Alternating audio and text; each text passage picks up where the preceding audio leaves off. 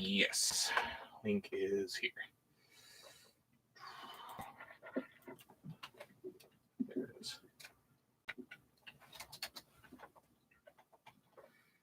And we are live. Hey everybody, how we doing?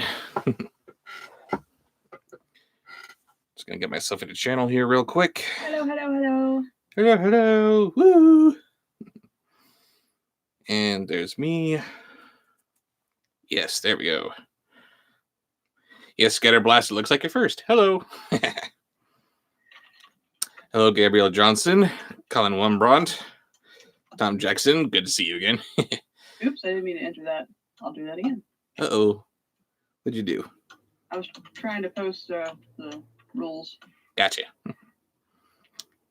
Mr. Critical, that is one long ponytail. Why, yes. Yes, it is. It won't be long before I'm literally tripping over it.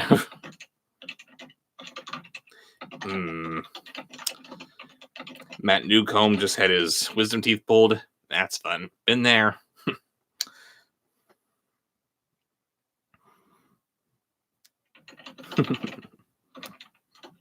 Thank you for loving my reviews, which crack you up, Phantom Moon. Hello, Cinobite91.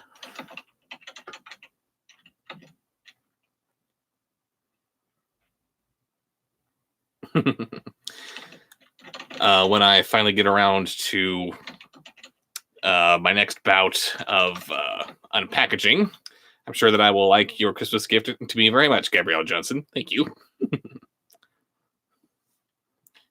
Don't worry, Matt. Once you're done with this, you'll get back to pizza very soon.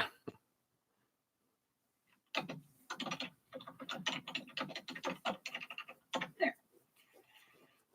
And there's the rules. He hasn't been by to check mail, Tom. I will be. I will be. Mr. Critical wants to know, what is that toy in front of the mug? What you are seeing in front of the mug is some set dressings which should not be there. Pardon me. I should get myself all cleaned up here a bit.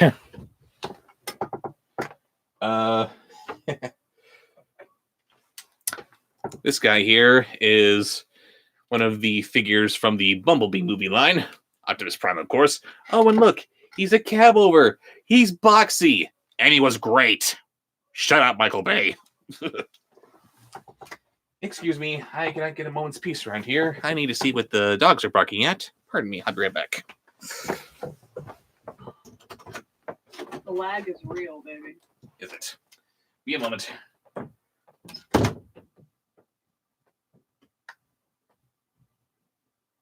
So we had a pretty rousing session 1 this morning. We had, I think, the most people in the chat that were watching, actually not in the chat, but that were watching was 57. I'm wondering if we're going to beat that tonight. Yeah, that's the more people, the more fun. That's just the way it goes. Yes, yes. And distract me with how fun it is, because I would much rather not talk about the dogs, thank you. Excuse me? I said, yes, let's... No, I wasn't talking to you. What's that okay boomer thing about? I'm not a baby boomer. Oh, God.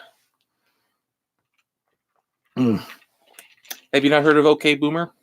Yeah, I've heard of it, but I'm not a baby boomer. Yeah, no. Now... Now we're at the point where just throwing that at anybody who disagrees with you about anything. Said the guy who's... What did he disagree with me about? The fact that it was fun? I don't even know. Yeah, that was dumb. I've had it thrown at me 3 times in like the last week. Because, oh no, this review is something you disagree with. Suck it up. Sorry, 1985 here. That's about as unboomer as you could possibly get. But we're at the point where we're just throwing that around at anybody and everybody because, okay.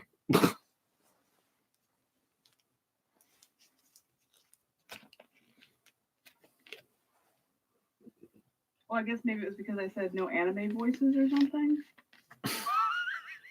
I guess, or no, it's the fact that your name is Robert. What? Hey, Christopher, keep it up, and you can go somewhere else to play because nobody needs your bullshit. Robert? What? He said, "Okay, boomer" to me, and then it's like, well, his name is Robert. What? Anyway. Yes, it That was all is. the time that we need to devote to him.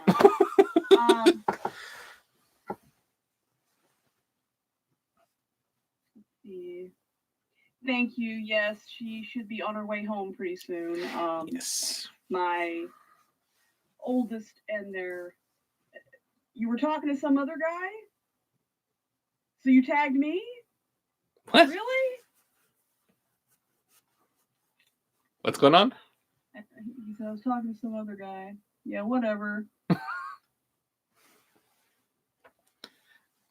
But yes, as Raven was saying, those of you who were in the previous stream are aware of how her cat Graybo had to have a little bit of surgery earlier today. Turns out that she is just fine, and yes. she is ready to be picked up anytime now. Yes. And she should be back to her old self, feeling pretty good in a couple of days. The sutures will dissolve in a couple of weeks. And because her feline stomatitis was so severe, there is a chance that it's going to be that it can reoccur, but that's just going to require medication. And she is officially toothless, but that's okay. She only had one actual tooth that was protruding from the gum anyway. They took that, and then they took a couple of the roots that were above her jawline. Yeah. And the rest should absorb into her bone, I guess. I really don't understand it, but she doesn't seem like she's in pain. They're going to give her a depot shot, which is what she got after her first appointment, where they said the inflammation and the pain was too bad they couldn't even examine her. And the next day she was a whole new cat. So I know it works very well for pain, and she's going to be okay. And if we have to put her on medication periodically, if it starts to flare up again, that's well worth the cost and the trouble. Yes. And if your theory proves true, then this should revert her back to how she was a couple of years ago. Yeah, I think so. It said something about something to the effect of how she would be a bit more kind of energetic, like she used to be. Yeah, she was when she had that shot, the depot shot. Blocks pain and inflammation, right. And she also had an antibiotic shot to help with any infection that might have been result. And she was the next day. She was. It took the years off of her. She was frisky. She was sassy, energetic. Tom, Rob has not gone to check mail lately, so it's most likely sitting in the mailbox. He does have notification that there are some packages waiting for him, and he's going to take care of that. I've got a pile of mail that I got to get through. It's coming. Just be patient. Did you ever go and check mail? Yes, I did. Oh, I didn't know that. Yeah, I've added that to the pile. Jonathan Bailey Art and Animation. Yes, you can send a list of movies. You send it to email it to Bobsheaux at gmail.com. And he will archive it. Yeah, we'll go through them and look over suggestions. Yes. So thank you for that.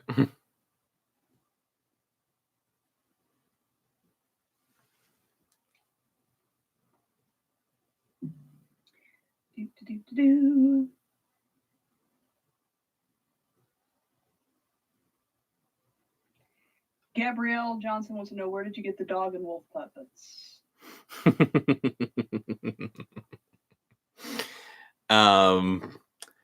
I got most of them actually from Barnes and Noble. Good source for them. I'm looking at my other pile, my puppet pile, wherein I'm looking at the the raccoon that I got, which I think I might have got from. Gosh, I get that guy from Toys R Us back when they were a thing. I don't know. I know you mentioned that you'd gotten at least a couple of them from Toys R Us. Yes. And I also I got to figure out how to work this into one of my future reviews. Who knows? There's still plenty of Airstead and Butterverse left to go. Oh my god. Yes. I got a Yorkie puppet from one of my fans, which was just recently featured in one of my unboxing videos. And oh my god, people are sending me puppets now. But yeah, you want to get those for yourself, you can either go to folkmenace.com, lots to choose from there, or check out your local Barnes & Noble and see what they got. I had no idea what to look for there when I was doing some birthday shopping for one of my nephews. And this was incredibly lucky because he's just now starting to get into Godzilla, actually. And holy crap, they have a little 3-headed dragon puppet. It's a Ghidorah. Ghidorah. Yeah. Okay, there you go. And he loved it. It wasn't that character by name, but I could easily just, oh, hey, look at this guy, seriously. Although, it's so great. Just this last Christmas, I don't think I would have been able to pull the wool over his eyes as such with the gifts swapped around. This Christmas, I got him a Mecha Godzilla action figure, and I thought this might be a way to introduce him to some of the other more classic Godzilla films. I don't know how he's getting into Godzilla these days exactly, but yeah, I give him this little Mecha Godzilla, and he's like 2-3 years old. I gotta ask how old my nephews are. I'm a terrible uncle. And he immediately recognizes this thing and says, Mecha Godzilla! Okay, you know this thing? All right, great. Enjoy. So, hooray. No, he will never do a crossover with the Nostalgia Critic or the Cinema Snob because of their connection to the Change the Channel controversy. So that's why he doesn't do Channel Awesome voices. We don't watch the Critic. We don't watch Cinema Snob anymore. That and he just, the Critic stopped being funny. But as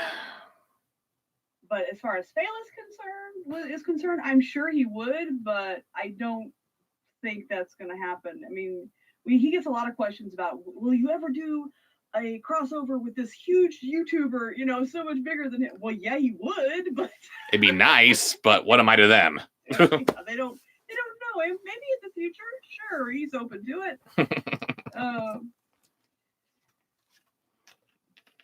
But yeah, no one connected to Channel Awesome.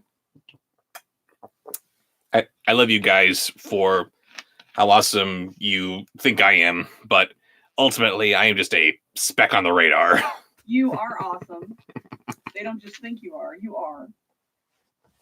Thank you. Your speck is getting bigger. And Gabriel had an interesting idea.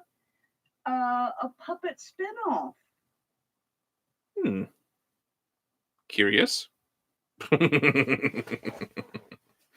I think what they're talking about with like Wolf Bob and Dog Show and stuff. I'm sure we can throw something together.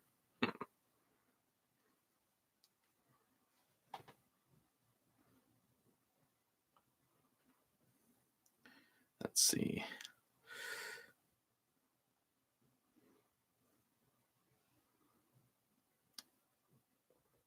So I can go ahead and start taking voice suggestions, guys. Oh, he doesn't give his thoughts on movies that he might potentially review in these live streams. Sorry, guys. Yeah.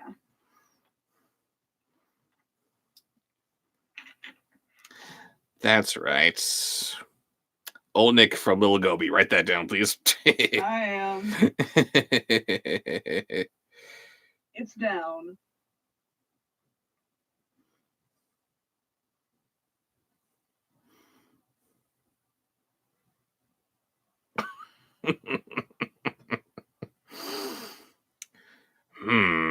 Eartha Kitt, Brer Fox. Which one of those voices would be more offensive?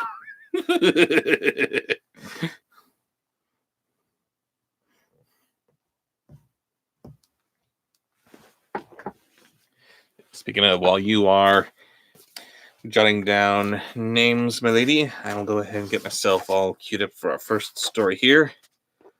Yes, Yeah! bless you. After I give Ninjas are attacking. He held back a lot. After I give a more normal sneeze than what some of us are going to claim it is. Excuse me? What? Ninjas are attacking, which is much better than the tiny laser guns. I love you. I don't know what you're talking about.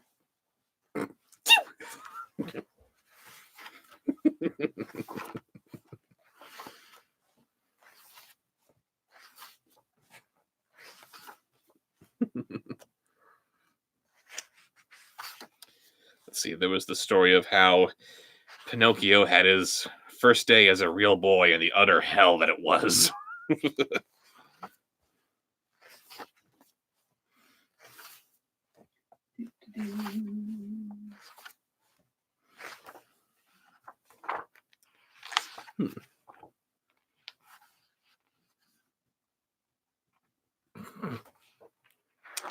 Bobsheaux does not review anime. He does not. And yet, he mentioned something about he's going to start reviewing anime. So, Yes, he did. how can those things both be true? You I have to don't wait know. and find out. I just don't know. Anyway, our first story of the evening will be Robin Hood Castle Rescue. And we're, of course, reading from 5-minute classic Disney stories here.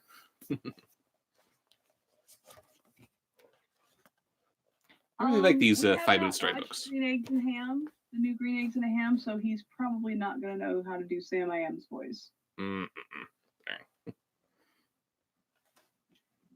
I'm not. I'm a little busy. I have not seen Green Eggs and Ham, although I am a bit put off by the animation, actually. Why do they have such big pupils in their eyes? Makes them look stoned. I don't know, but Razorblade said it's very well done. I've heard that. Yeah. Worth giving a look. I suppose not watching it is kind of the antithesis of the entire story, isn't it? What's that? I was writing. I'm sorry. My ears closed up, apparently. Not watching it because of whatever preconceptions you may have about it is kind of the antithesis of the entire story, isn't it? That's the point. Someone asked if you earlier if you ever agreed to do Maleficent 2 for date night, dear. Here. As long as we are on the same page that I still love you, Raven, and I don't think you're stupid. Because that was a really, really big issue with Beauty and the Beast. Well, we're mostly past that now. Mostly? Mostly. I thought we'd be entirely beyond it by this point. Did you think that? I thought so. Oh, well. What you get for thinking. It was awful! Watch it, buddy. I can't turn it off. I'm sorry. Watson is a very fine actress. I don't care. She sucks. Well, it's been fun, guys. You're on your own, Rob. Listen to her sing. Oh, goodness. We got people I don't know who these are. Yeah, but I'm done anyway. Maybe I know them. You don't know? I would bet money. Well, give me a name. Who did you... Demencia from Villanos. Okay, you got me. Is that anime? What is that? I don't know.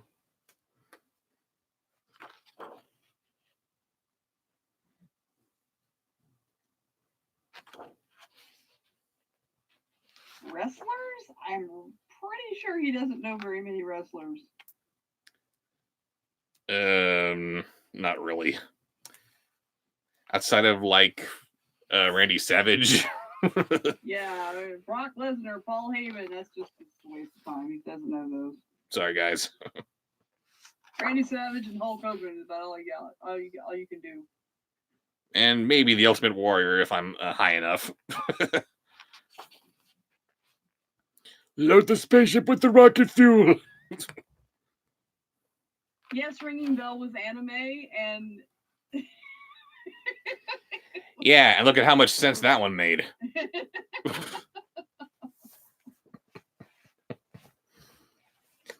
I'm sorry, guys, but that is my issue with anime. I don't know what I'm looking at here.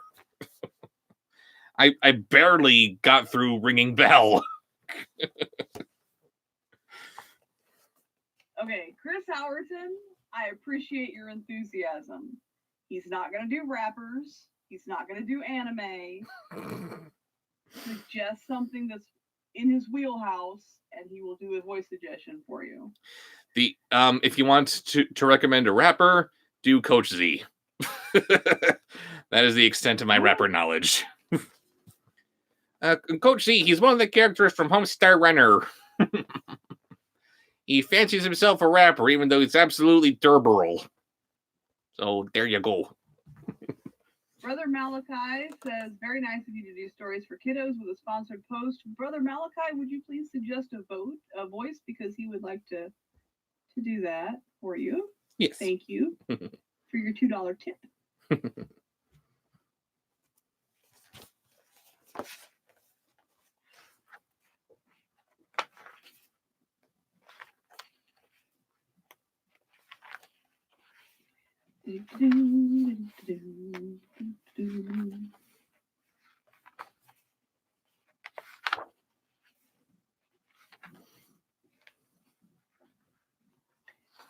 I don't hate anyone for suggesting Gilbert Godfrey. I just love them. It's fine. No, I'm just kidding. I'll think mean thoughts about you, though.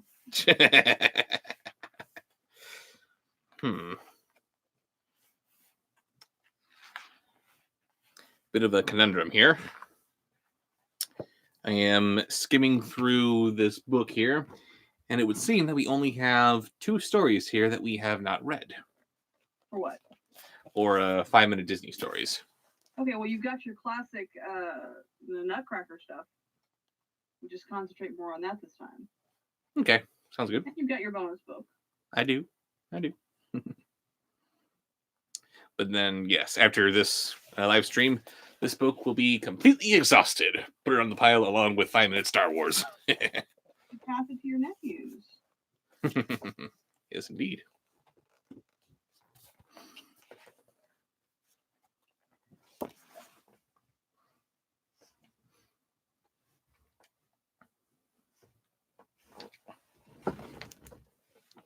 Yeah, I'm not writing down any of these names that I know he doesn't know.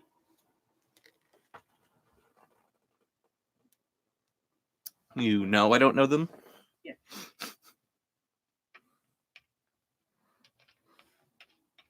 It's wrestlers and stuff. Oh, yeah, okay.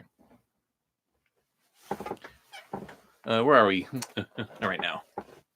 4 minutes before you should really start. Oh, no, I mean, like, how many names do we have here? Roll's got a page. Let's keep them coming, folks.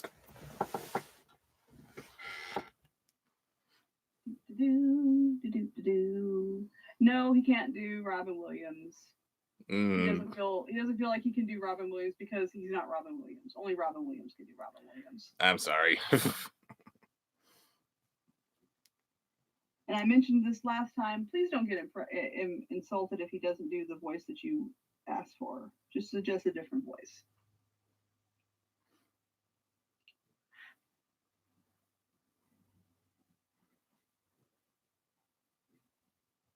God, my handwriting's terrible. Nobody writes anymore. I like that Super Disney fan. What did Super Disney fans say? I'm not gonna tell you.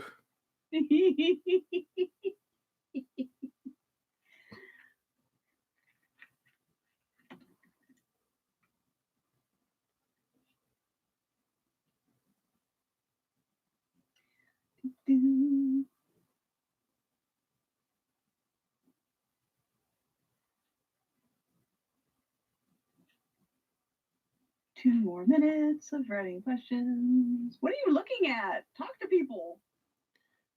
I'm trying to look for questions. I'm. I just wanted to. Oh, okay. Text me. Here I am. What do you got? Do your R2D2 impression. Yeah, it's hard to read like that, though. Yeah.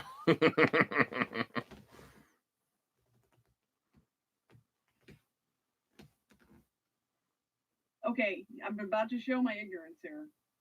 I can't tell if this is 2 different. No, I don't know what this is. Monty Python Gumby? Or is there a Monty Python's Gumby? There is a Monty Python Gumby. Write it down.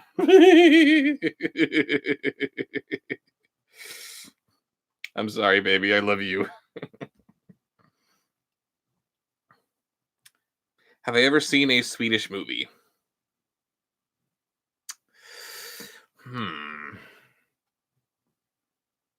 Possibly. I forget what it was called. I forget if it was Swedish. It was either Swedish or Norwegian or Finnish or something. I don't know my geography as far as films go.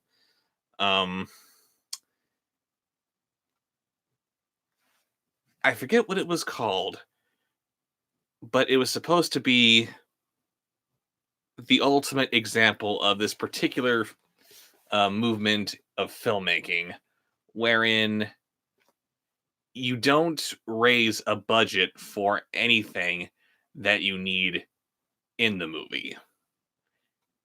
If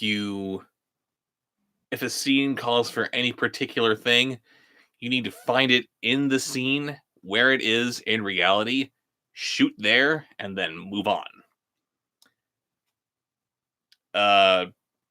Dogma 95, I think it was called. That's the name of the movement. I don't know.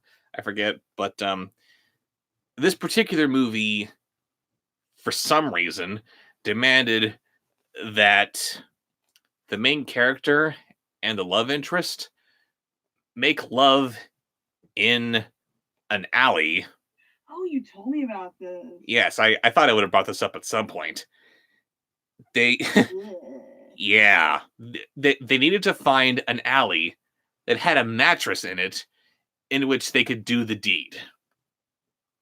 The scene by itself is odd enough, but the fact that they had to find that stuff in reality is just disgusting. If they bought a mattress and aged it, made it look dirty, made it look like garbage, and dressed up the alley to look equally trashy, that would be weird enough. But no, they needed to look for this stuff in the real world and have sex right there amongst all that actual real world garbage. So romantic? Hooray! No. God. Again, if that is in fact Swedish, I don't know. If I'm, yeah, thanks, college. My life is so much more enriched after going through that particular course. Hey, Chris, be patient. Oh dear.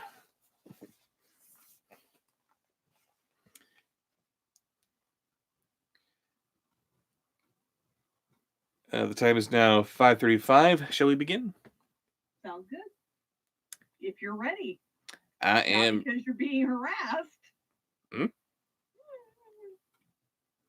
Sorry. Okay. But yes, I am ready. What is our first voice? Old Nick from Little Goby. Old Nick from Little Goby to lead us into Robin Hood Castle Rescue. And remember, you have a gazillion voices to do, couple of sentences each at most. Robin Hood whistled as he stirred a pot of soup. The hero was hidden deep in Sherwood Forest. His job had become very hard lately. Prince John and the sheriff were trying their best to capture him. Luckily, Robin Hood had good friends on his side. Little John, Friar Tuck, and Maid Marian were all helping him come up with plans to help the people of Nottingham. There we go. Eartha Kitt. And of course, we have Robin Hood cooking in the forest without any pants on. Because. Eartha Kitt. Don't burn the soup, Rob, Little John called as he and Maid Marian arrived with wood for the fire. I'll only make that mistake once, Robin Hood answered, handing out soup to his friends. Robin was about to take a sip when Friar Tuck appeared. The friar was out of breath and looked very worried. Friar Tuck, is something wrong? Maid Marian asked. Next. Brer Fox. Pass. Mr. Clipboard. Oh, God. Skippy is missing, Friar Tuck said. He explained that Skippy, the young rabbit, has lost an arrow in Prince John's castle and gone looking for it. His friend Toby had waited a long time for him to come back, but Skippy never returned.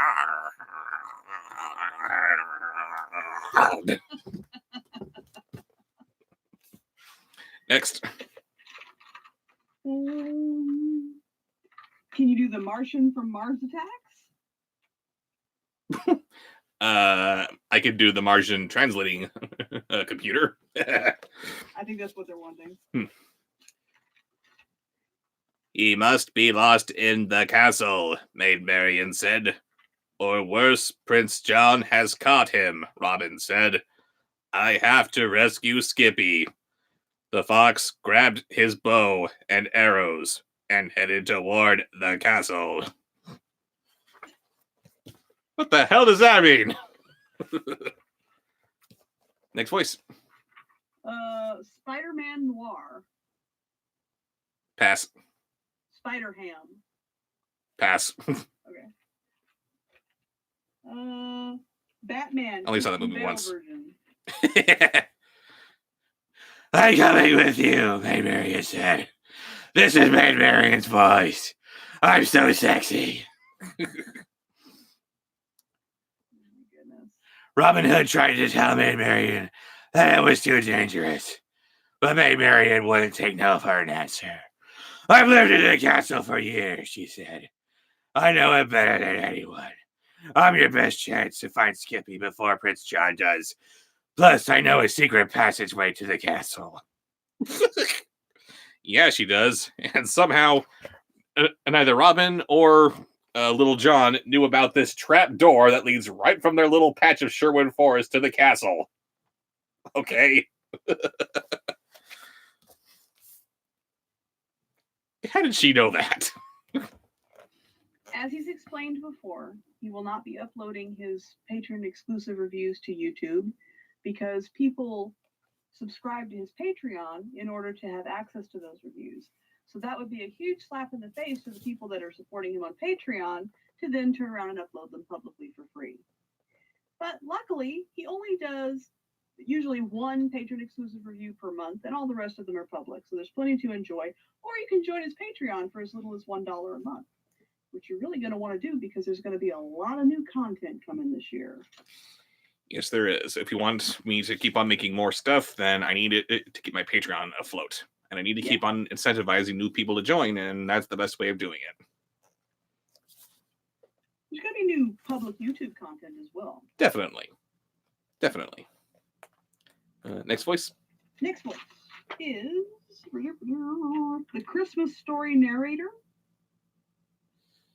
Pass. Clayton Forrester.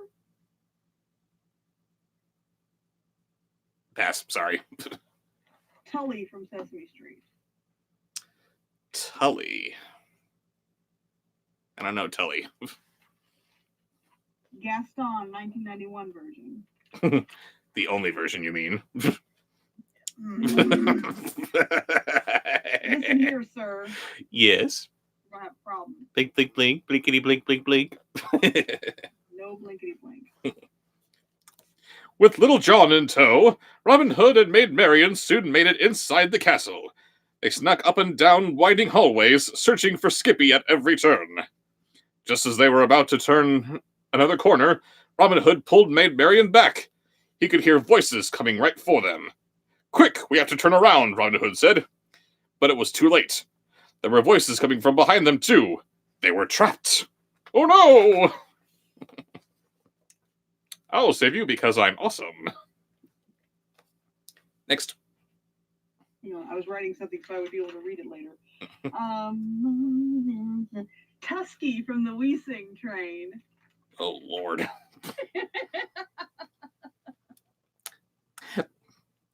Luckily, Robin had an idea. He tied a rope to a notch in the window, and then he tied the other end into an arrow and fired it at a nearby window, and into another window into the castle's opposite wall. Yo! Next.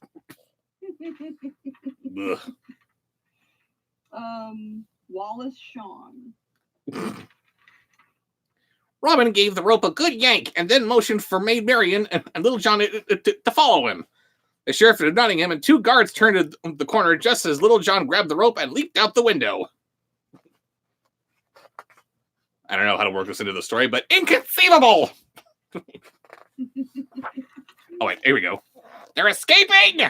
Inconceivable! You keep on using that word. I think that word means what you think it means. Don't do that one. That later. Luna Loud. Pass. Yeah. Dr. Evil. Did you hear that? The sheriff asked a guard. The sheriff looked out the window, but it was too dark to see much of anything.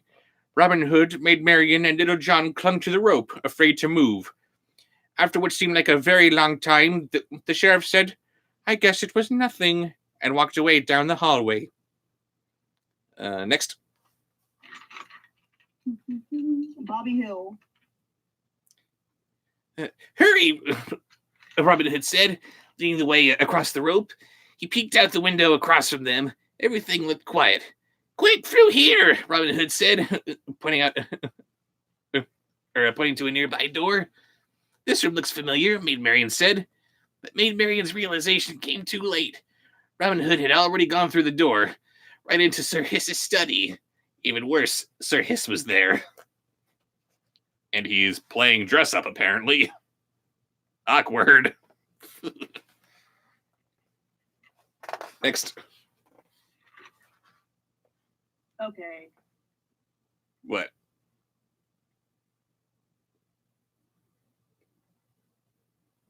Baby?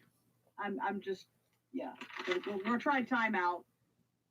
Start making suggestions that stop making suggestions you can't do. And we'll come back to you after your timeout. Okay. Yeah, every other suggestion is by this one person, and they're throwing stuff that rappers and wrestlers and people I don't think anybody's ever heard of. Mike Myers is from The Cat in the Hat. Pass.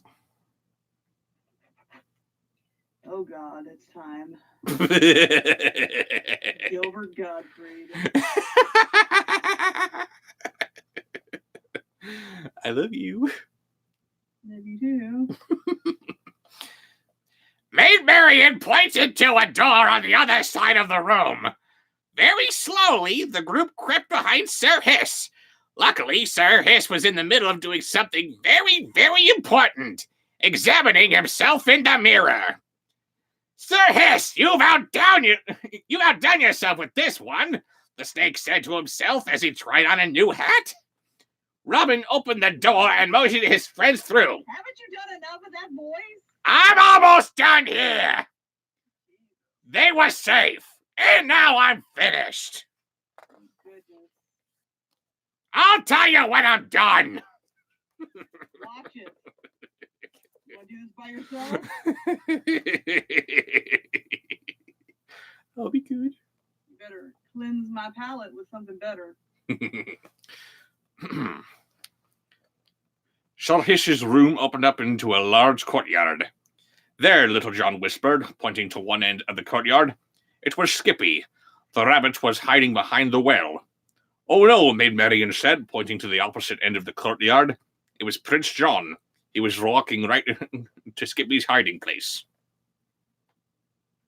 Better? Much. Next. The next voice is John Wayne from the first Thanksgiving. I don't know the first Thanksgiving, but I can give you John Wayne. Just do some John Wayne. Robin looked everywhere for an escape route, but they were running out of time. The heroes had to keep Prince John from seeing Skippy. Quick, get Skippy out of the castle, Pilgrim. I'll meet you back at the forest, Robin told his friends. Before they could argue with him, the fox climbed onto the castle's roof and yelled at Prince John. Looking for me? He called. Next. Next is Skeletor. And of course it has to open with a line from Prince John here. You, guards, seize him, Prince John ordered. Guards rushed outside and began to shoot arrows at Robin. Robin ducked behind a chimney, avoiding the arrows just in time. Prince John was so distracted, he didn't notice Little John and Maid Marian in the courtyard. The pair grabbed Skippy and rushed him to the secret passageway. Seeing that his friends were safe, Robin Hood leaped across the roofs and ran away from Prince John. Always a pleasure, he called back over his shoulder.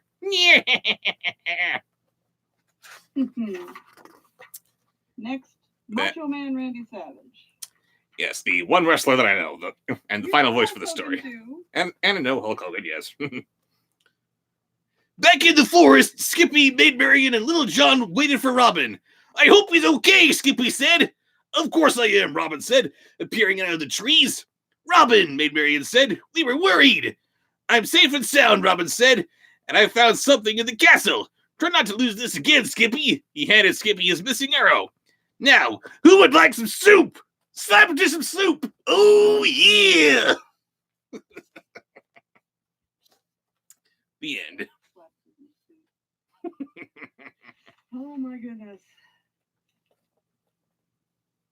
Sam Eagle. Sam Eagle will be leading us into Peter Pan, Captain Hook's shadow.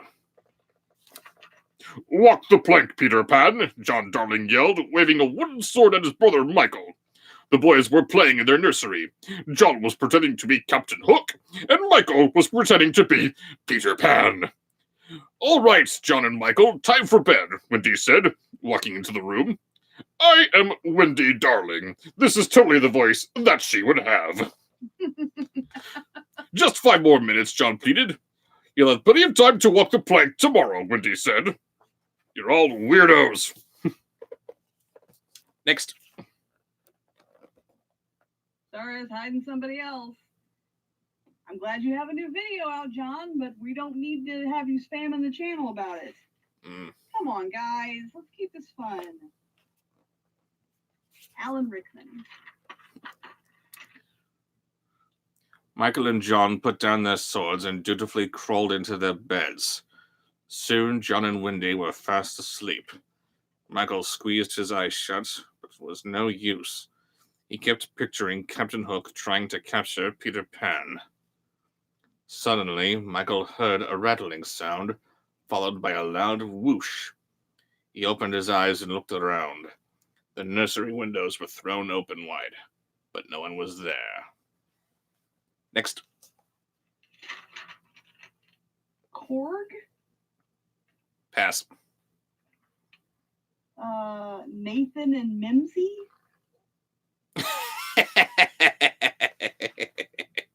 You do them. Then Michael noticed a shadow against the far wall. He gasped in fear. The shadow looked just like Captain Hook. Michael wanted to run, but he couldn't. He wouldn't have to hide. Shut up, Mimsy! Next.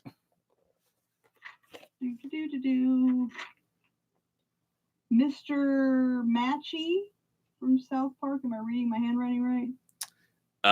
That's probably Mr. Mr. Mackey from South Park. Yeah, Mr. Mackey. Michael quickly dove under the covers. Okay. Captain Hook was scary, but being under the covers didn't make Michael feel any better. He needed to know if the pirate was in the nursery. Slowly, he lifted the bottom edge of his blanket and peeked out. Okay. Michael still couldn't see Hook, but the captain's shadow was right there against the wall, as large as life. The shadow looked around the nursery for a moment, then it began to creep towards the far corner. A chill ran down Michael's spine. Captain Hook was headed right towards Wendy. Oh no, he's heading right towards Wendy. What's ever gonna do? Okay. Oh, and this I love this suggestion. Uh-oh. Please do an impression of Emma Watson's Belle.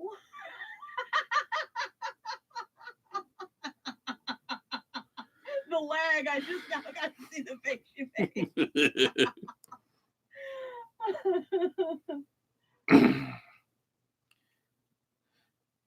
Michael knew that he had to protect his sister. He glanced around the nursery. His eyes fell on his wooden sword.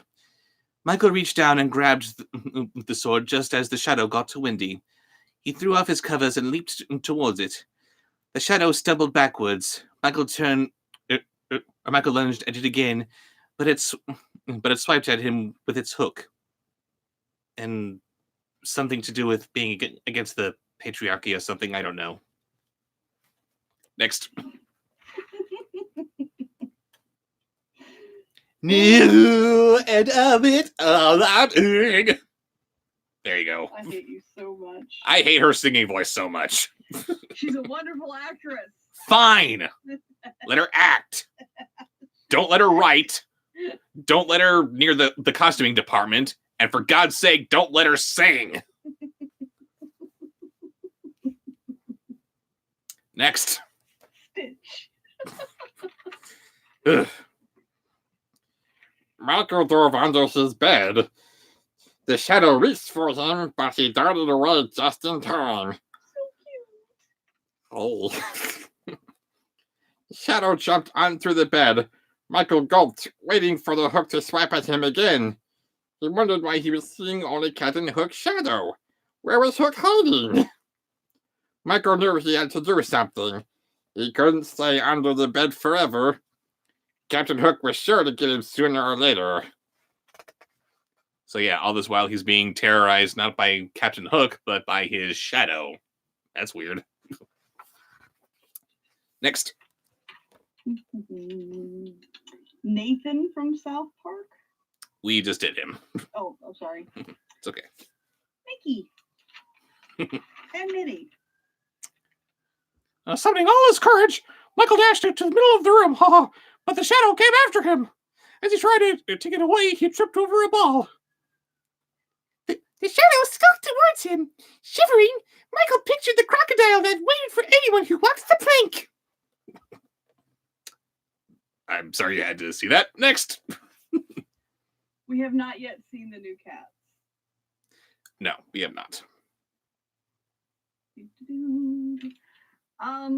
Claire says that she's having trouble hearing me. Am I super quiet?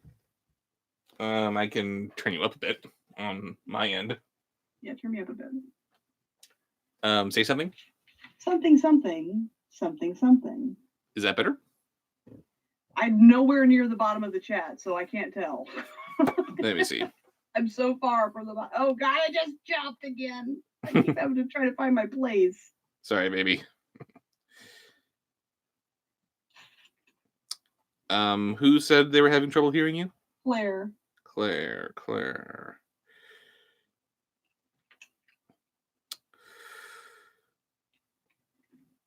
Yeah, let us know if you can hear better, Claire.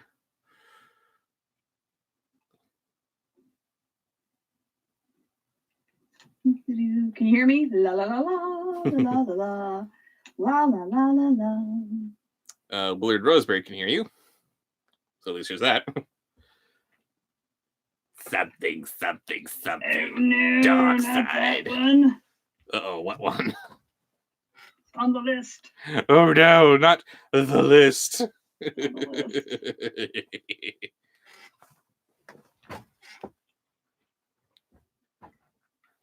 Are you ready for the next voice? Yes, I am. Cartman. Oh, crap, I lost my spot. Oh, I got it right back. Suddenly, Michael heard someone call out, "Cock-a-doodle-doo! Peter Panda!" Michael shouted as the hero flew in. "I'm so glad you're here. Captain Hook tried to get Winnie, but I stopped him because I'm cute." "Hook is here," Peter asked, looking around.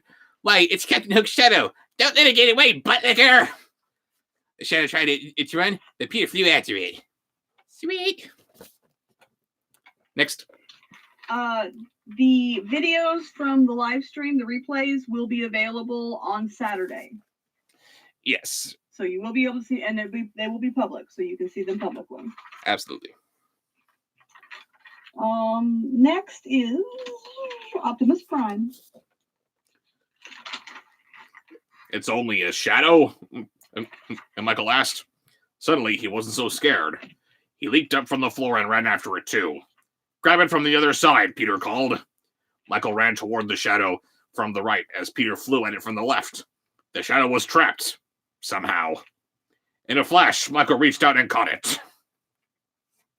Good for you. You caught the shadow somehow. Next. Skids. Pass. Mudflaps. Also pass. We're not acknowledging them. C-3PO. Put it in here. Oh my. Oh dear. Put it in here, Peter cried, holding out a sack. Michael stuffed the shadow into the sack, and Peter tied it closed. "Ooh, that was close," Peter said. "But why was Captain Hook's shadow here?" Michael asked. Next. Monty Python's Gumby. It's the YouTube hit Gomez Adams again. What the hell? That's not a bad word. It's Good not. grief. "I stole the shadow for a prank," Peter explained. "Some prank? The shadow has been nothing but trouble. I pulled the Lost Boys' tails and put pine cones in their beds. And then it flew away from Neverland to cause trouble in London." Next. Soup Nazi. "That sounds really awful," Michael cried, looking at Peter with wide eyes. "I'm glad we caught it." Peter nodded. "Thanks for all of your help, Michael. I better fly back to Neverland and return it right away, while everyone aboard Captain Hook's ship is still asleep. Those nasty pirates have already caused enough trouble. No soup for you, pirates." Next. I am not doing voice impressions. What? I don't do them. What are they asking? Gilbert Gottfried. They're asking you to do Gilbert Gottfried. Yes. The same person that was asking me to do it earlier. Okay, Brian Zane. Brian Zane? That's the next voice. Pass. Sorry. I'm not going to do Palpatine either. I don't do voice impressions. That's not my purpose here. Since they're asking for you, why don't you do a little bit of Jessica Rabbit? No! No. No! But they want you. I will sing some Jessica Rabbit for a sponsored post. There you go. Final word on it. Let's see. Okay, next voice. Got two left for the Did I tell story. you already? Inigo Montoya. Do you want to come with me? Peter asked Michael. It'll be a great adventure. Not without Wendy and John, Michael replied. Then let's take them, Peter said, flying over to Wendy's bed. He reached down to give her a gentle shake, then drew his hand back. Ah, she's fast asleep. He looked over at John and said, John's asleep too. We're gonna have to put that on the list of good ones. I like that.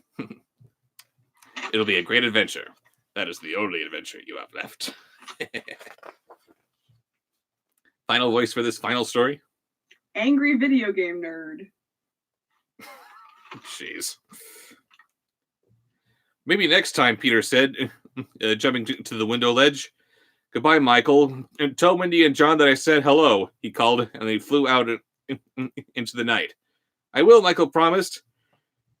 And he waved goodnight and then went back to bed, smiling. He was glad to have another adventure with Peter. Ass! Good grief. That's the best I got. And that is the final story from 5-minute classic Disney stories. So, hooray! Book is officially retired. Dun, dun, dun, dun. And now it is time to delve into more poems from The Nutcracker and other classic and other Christmas stories. Shall we delve back into the poetry, or shall we start reading A Christmas Carol? Poetry. Poetry. Let's see. Raven doesn't do voice impressions. For real now. Suggest something for Bobsheaux. Sorry, guys. Let's see, and we are beginning with the poem. Let's see, we did If You're Good. We did this from St. Nicholas. A Nonsense Calendar by Carolyn Wells. A lot of Carolyn Wells in this book, apparently. First voice for this one.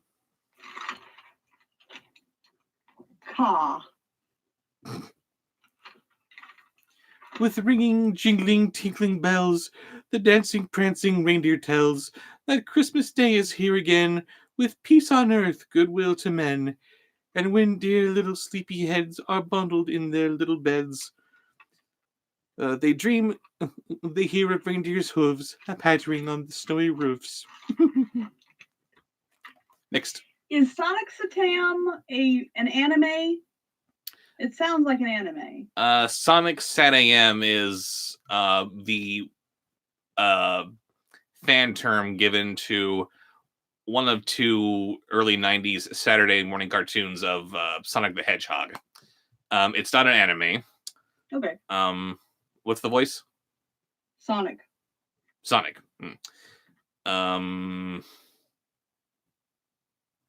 I'm sorry. The extent of Jaleel White that I can do is Urkel. Can't do Sonic. Excuse me. Be nice. No promises. Robert. Yes. Be nice. I love you.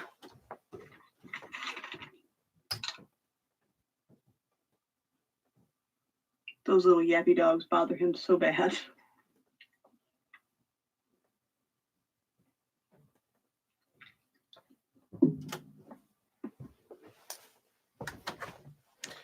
And we are back.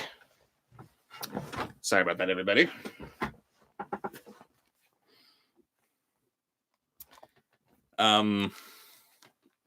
Yeah, so no Sonic, I'm afraid. Urkel? While we're on Jaleel White?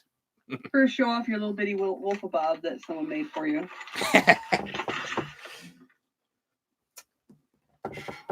Yes, we have this little tiny wolf-a-bob made with a technique that I really wish I could remember what it was called. Felting. Felting, thank you. And you're just adorable. Oh my god, how you make it sucks.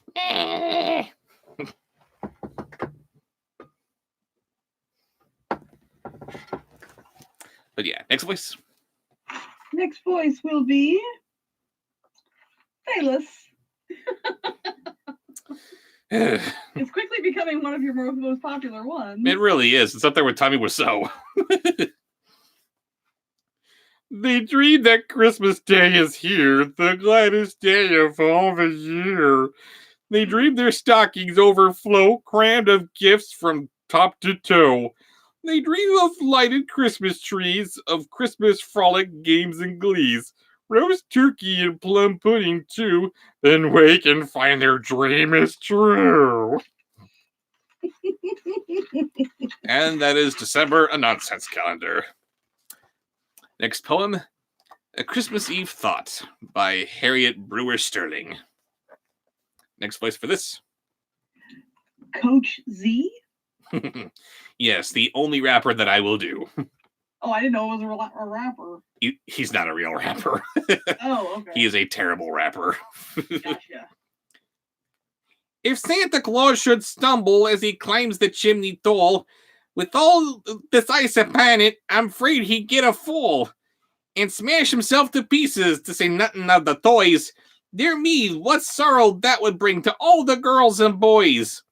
So I'm going to write a note and pin it to the gate. I'll write it large so he can see no matter if it's late, and say, Dear Santa Claus, don't try to climb the roof tonight, but walk right in. The door's unlocked. The nursery's on the right. Great job there, Santa. He doesn't know Markiplier's voice. I don't, sorry. He doesn't know Jacksepticeye's voice. Never heard of him. The Story of the Holly Sprig by Arthur Upson. Next voice for this one. Orson Welles. Yes, have yourself a merry little Christmas. It'd be the shiniest green wished upon a sprig of holly that ere at Yule was seen, and a deck some banquet jolly. I'd be with the cheeriest red wished once the hollyberry that ere at board rich spread helped make the feasters merry. I'm having such a jolly time right now. Next voice. Gozer. The life within them heard down dark and silent courses, for each wish is a word to those fair hidden sources. All summer in the wood while they were riper growing, the deep roots understood and helped without their knowing. Next voice. That was really good. And die!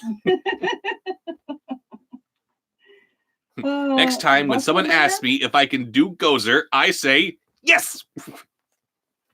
Sorry, what was that? Muscle Man? Muscle Man? I don't know who Muscle Man is. Yeah, pass. Homestar Runner. Let's see. In a little market stall at Yule this sprig lay waiting, for fine folk one and all passed by that open grating. The eve of Christmas Day it had been passed by many, and one turned not away and bought it for a penny. Yay! Okay, next voice. Oscar the Grouch. Hers was home of care, which not a wreath made jolly. The only tree there was that sprig of holly. Oh, this is better far than banquet, thought the berry. The leaves glowed like a star that made the cottage merry. Isn't that just sweet? I hate sweet. And that was it for that loved poem. Oscar when I was little. Yeah, we all did. Just when we were thinking, oh my god, this is getting too... Bleh. He popped right in and said just that very thing. We get you, Oscar. All right, let's see. The next poem here is The Bloom of the Christmas Tree by Mary Mapes Dodge. And who are we starting out with this? Foghorn Leghorn. At night we planted the Christmas tree in the pretty home all secretly, although merry of heart, and with many a whisper, many a start, for children who scorn to make believe, May not sleep soundly on Christmas Eve, boy. Next. Statler and Waldorf. And then the tree began to bloom, filling with beauty the conscious room. The branches curved in a perfect poise, laden with wonders that men call toys. Blooming and ripening, and still no noise. Until we merry folks stole away to rest and dream till dawn of day. And I don't know if this is funny, but regardless. Next. K2SO from Rogue One. Pass. Santa from Elf Bowling. Oh boy. In the morning, the world was a girl and a boy. The universe only their shouts of joy. Till every branch and bow and bend to yield the treasure the Christ child send. And then the children flew into our arms as children do, and whispered over and over again that oldest, newest, sweetest refrain. I love you, yes, I love you. Do they love you? And hugged and scrambled as children do. And we said in our hearts all secretly, 'tis the bloom of the Christmas tree. Aww. And we're moving on to A Change of Route by Hannah Daw Lloyd. First voice for this one. Count Olaf. Most little boys get bushels of toys, horses and wagons and bugles and drums, boxes of tricks and monkeys on sticks. My, but they're happy when Santa Claus comes. Hello, hello, hello. Next. Hank Hill. I'd like 'em too, now wouldn't you? Don't get 'em though, and I'm good as can be. He must forget I'm waiting yet. Gives 'em away before coming to me. What the hell does that mean? Next. Okay, I was disturbed. We're all I gotta ask, this is not the disturbed. voice you're doing next, but who is Arthur Morgan / sensual cowboy? Who? Arthur Morgan / sensual cowboy. Sensual cowboy. You've got my interest.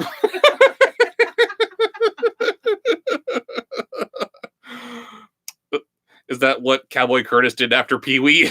Oh no. Lawrence Fishburne, no. Better than Bobby Wobbly. No, it wasn't. There was more dignity for Bobby Wobbly. Oh, come on. Next, boys. Ollie Williams? Oh, Jesus. Guess I'll just ride Santa tonight. Send him an up the chimney, you know. Ask him this year to come along here and start just as once at our end of the row. And how's the weather looking up there, Ollie? Snowy! Thanks, Ollie.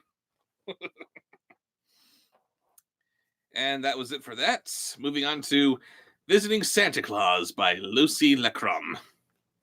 First voice for this one.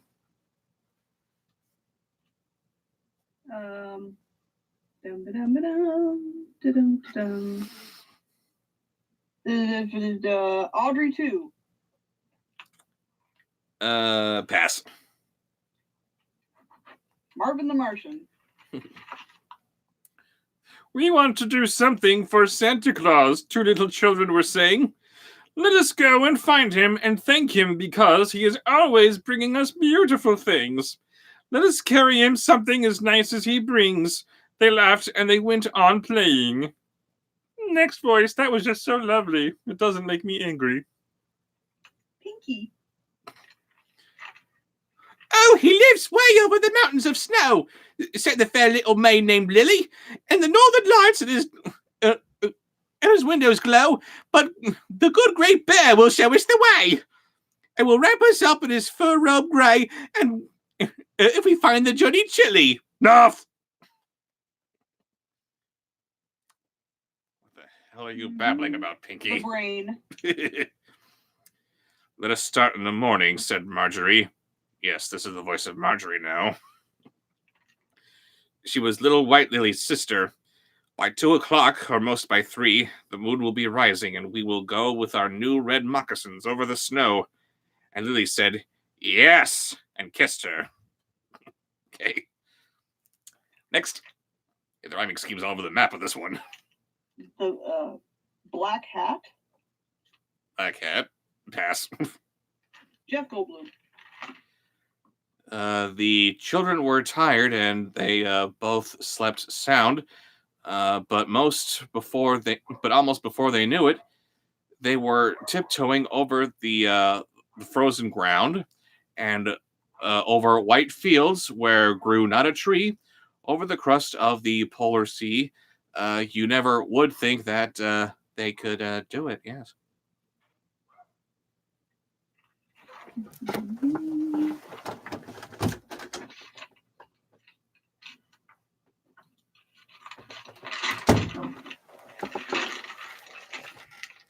Next. Phineas and Ferb. Don't know them. Pass. Dingle Kringle from Elf Bowling. Ugh. Too many elf bowling here. Are we almost there, dear Marjorie? Said the breathless little White Lily. Pardon me. I am cold and weary as I can be. I wish we never had started at all. And she cuddled under her sister's shawl. The air was so very chilly. 'Cause I'm the bad guy, and this is how bad guys laugh. Shut up. Next. Tommy Wiseau. Oh yes, we're almost there. Don't you see the North Star shining? And here is the house of the good great bear. Oh, hi, doggy. He will surely be kind to us, because he is the second cousin to Santa Claus. See, he sits at his table dining. Yes, the good great bear is the second cousin to Santa Claus. Okay. Yeah, thank you, Mr. Wiseau. And the not final voice for this one. Got a few left. Take a break and get some water. I'm getting an update on my cat. Sure. I'm gonna mark this here. There we go. Oh, Oh. she's home and she's already eating. Ah. She's hungry. She hasn't had anything to eat all day. Mm-hmm. She's just Oh, my baby. and she's just inhaling all that wet food. Yes, because she's a poor sick kitty that must have only wet food, and I am going to spoil her rotten. Only way to do it. But yes, next voice after Tommy Wiseau. Hagrid. So the great bear asked the children in and made them sit down at his table. A chain of stars hung under his chin, and a jeweled pointer was in his hand, by which all the pilgrims in the North Star land to keep the straight road are able. Next.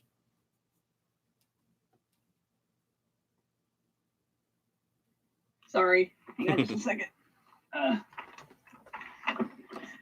Everything all right? Yes, I was just cat. We were discussing the fact that we had talked about not giving them wet food until tomorrow because we didn't think that she was going to eat, but she demanded some damn wet food because she hasn't had anything to eat all day. I think that's a good sign that she's feeling pretty good, not in too much pain. Okay, I'm behind on voices. The voice list. So the next voice, we're gonna go through the Jokers. Romero. Starting with Romero. Will you show us the way to Santa Claus? They said after eating and drinking. Oh, that is against the Christmas laws, which strictly obeyed it in North Star Land, but the Great Bear leaned his head on his hand and sat for a moment, thinking. Next is Nicholson. Yes. He hung up his coat here an hour ago. There, dropped down into the pocket. I hear his sledge bells over the snow. Yes, sledge bells, not sleigh or sled bells. Sledge bells, okay. Oh, don't be afraid. He will treat you well. They heard a halloo, and before they could tell how it was, they were off like a rocket.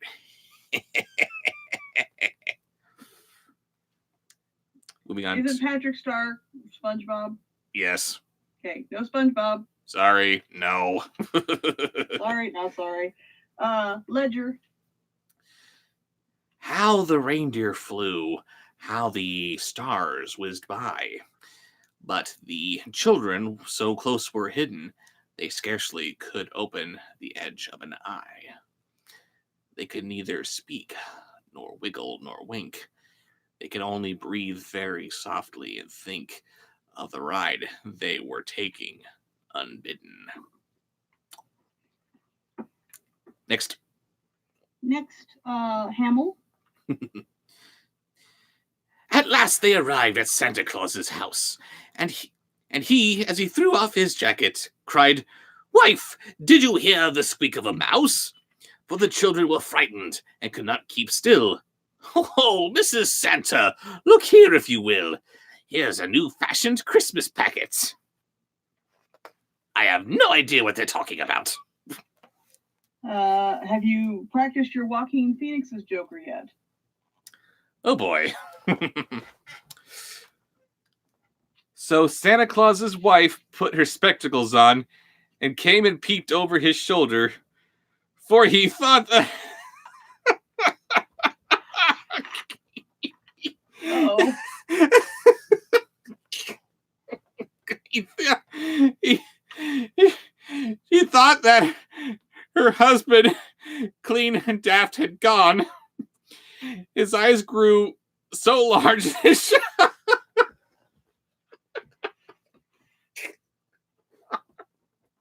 What in the world? his eyes grew so Oh, large. Oh my god, I'm an idiot. You're doing Joaquin Phoenix's Joker. F right off. I quit. I love you. I was concentrating on other things. Going, what is wrong? What are you reading? It's so damn funny. It just dawned on me. I am dumb. Carry on. Well, thank you very much for that compliment. That my laughing at nothing sounds like Joaquin Phoenix's Joker.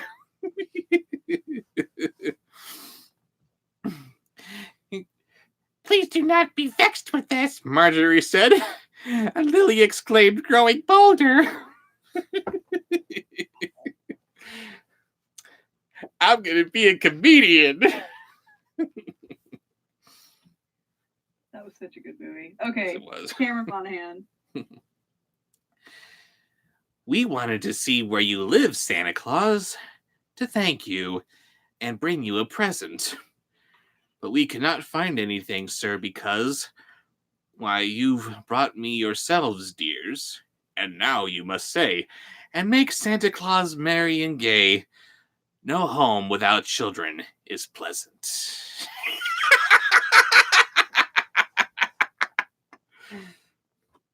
Very Next. good. Thank you. King Harky. Pass. Batman Conroy. The children, quite startled and sorely afraid, a sob and a sigh tried to smother, but good Mrs. Santa Claus came to their aid and said, "Santa, dear, now I can't have them stay. Such midgets would only be right in my way. So please take them home to their mother." Okay. That's from Bob's Burgers. He doesn't know Bob's Burgers. I don't know Bob's Burger, sorry. I'm sorry. Didn't mean to interrupt. I'm going, why are all these? Oh, Belcher. That's right. That's from Bob's Burgers. Okay. I don't know. Sorry. Such midgets would only be right in my way. We don't want to say midgets in reference to little people. Midgets when we're talking about children? Is that kosher? Probably not. Probably not. There are so many different ways to refer to children that aren't offensive to certain groups of people. Stick with those. Next voice. Next voice is okay. Dr. Heinz Doofenshmirtz. Not ringing a bell. Pass. And I took extra time to write that, so I would be able to read it later. I'm sorry. It's okay. Swedish chef. I have no idea who he is. Swedish chef. Oh, when the reindeer came with the jiggly tin, the children were hurdy-burdy. Reindeer watching all the northern nights in beginning, and Santa Claus lifted him into his sleigh, and whipped up the reindeer and whisked away with the chirp, and it's all based on evil.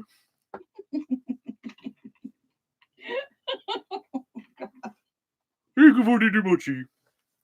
Okay, this one feels rude, but it might be an actual character from The Simpsons or something. Tourette's guy? Tourette's guy. Are you talking about the comedian that was on America's Got Talent? I don't know that. I don't know who asked for it, but anyway, never mind. Sorry. Moving on. Wonka. Depp.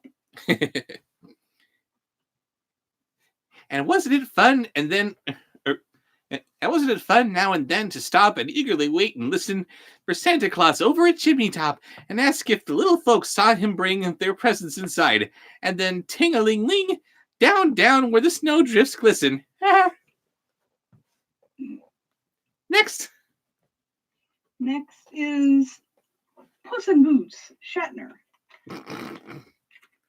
But somehow the two little girls never knew, neither Marjorie nor White Lily, how they were let down their own roof through, how they came to be sleeping side by side in their own little room at the morning time, when the Christmas dawn broke chilly.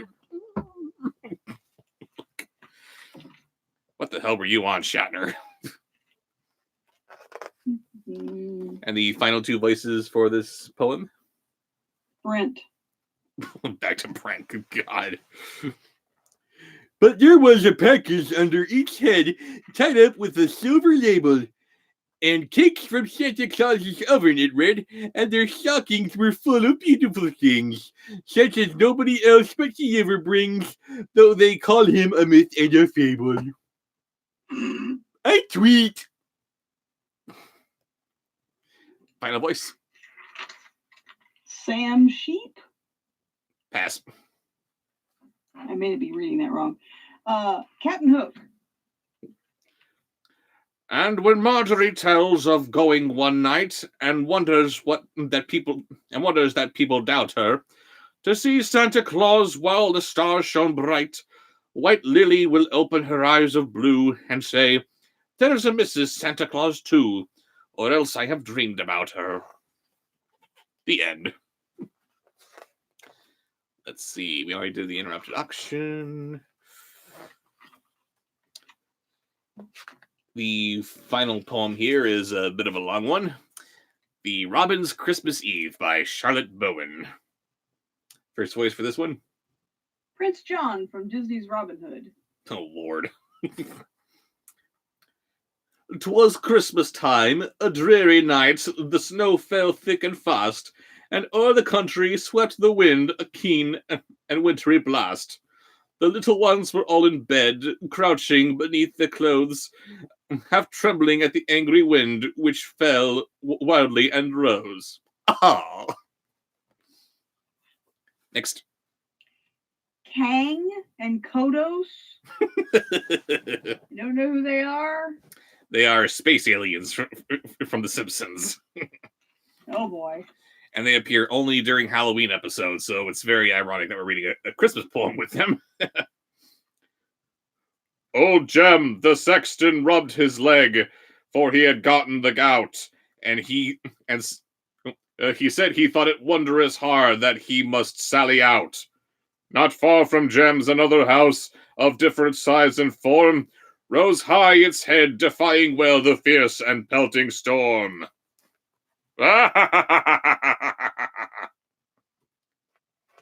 Next voice. Moonbeam, I don't think he's watched enough of your videos to be able to do an impression of your voice. I'm sorry. I am sorry, no. Ba-dum-ba-dum. Oh, God. Uh-oh. What is These should be on the list. it? These? Beavis and Butthead.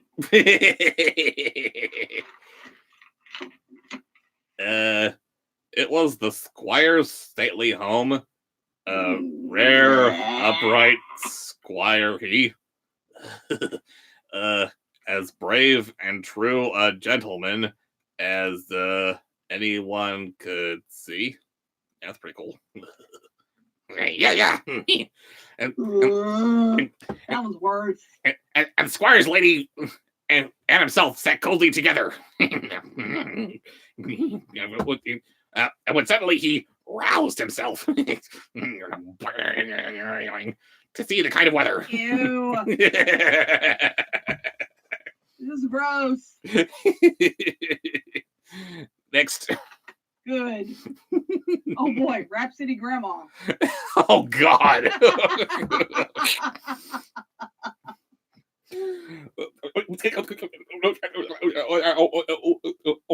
Open wide. Look outside. Very good. Please reread that. Yes. Nigel Billingsley. Pass. Okay. McCullen's Optimus Prime. McCullen, I think that's Peter Cullen's Optimus Prime. We already did that. Pass. Oh, sorry. That's okay. Harold Zidler from Moulin Rouge. Oh, Jesus.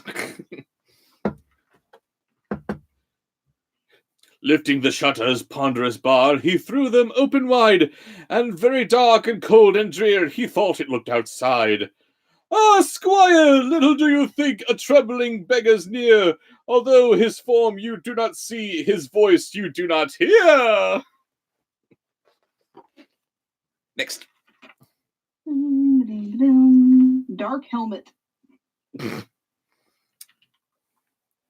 Yes, there he stands, so very close. He taps the window pane, and when he sees you turn away, he feebly taps again. But all in vain, the heavy bar was fastened as before.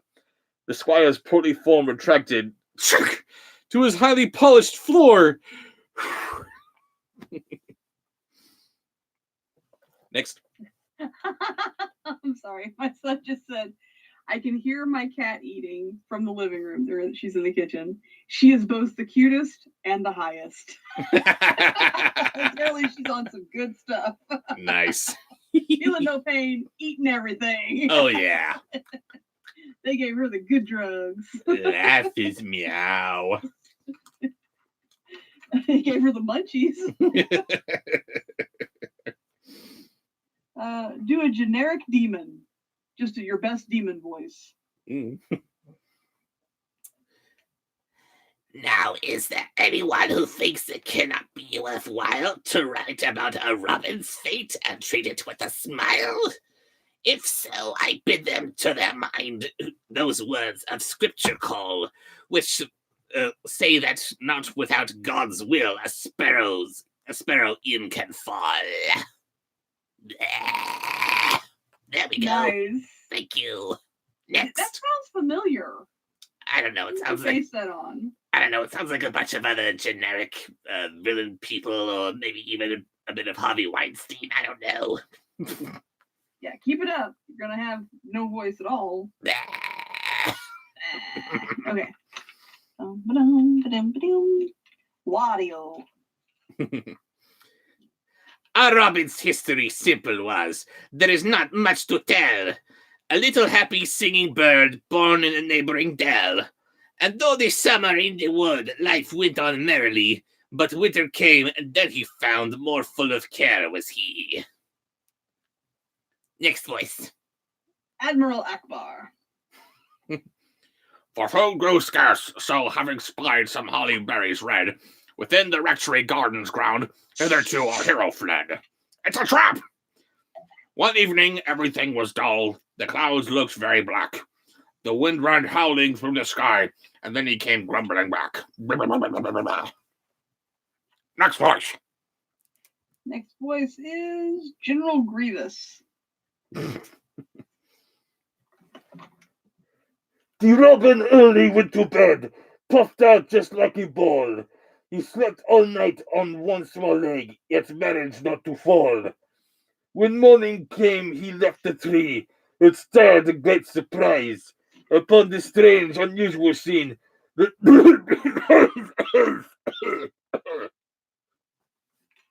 Thank you. Battle Droid. Apparently they really liked that one last time. It seemed as if a great white sheet were flung all o'er the lawn. The flower beds, the past the trees, and other shrubs were gone. His little feet grew sadly cold and felt all slippery too. He stumbled when he hopped along as folks on ice will do. Roger, Roger. Next. Christopher Walken. And yet he had not learned the worst of this new state of things. He'd still to feel the gnawing pangs that cruel hunger brings. No food today had touched his beak, and not a chance had he of ever touching it again as far as he could see. Next one, wow. I love Walken so much. Strong bad. At length, by way of passing time, he tried to take a nap, but started up when on his head he felt a gentle tap. 'Twas but a snowflake after all, yet in his wretched plight, the smallest thing could frighten him and make him take his flight. Next voice. Lewis Black. Pass. I like Lewis Black though. I like this one. Puss in Boots from Shrek.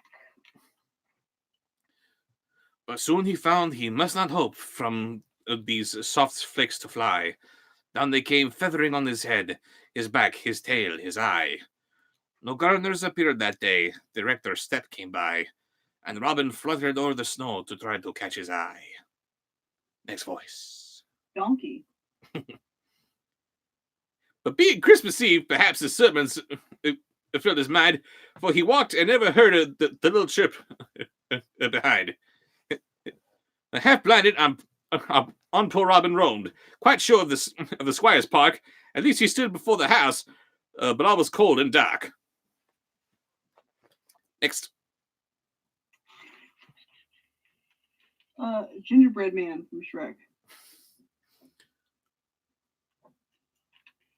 Now suddenly his heart beats high. He sees a brilliant glare. Shutters unfurl before his eyes. A sturdy form stands there. He almost frantic grew, poor bird, fluttered and tapped the pane, pressed hard his breast against the glass, and chirped, but all in vain. Oh no, not the gumdrop buttons. And Shrek. Just give me a moment here.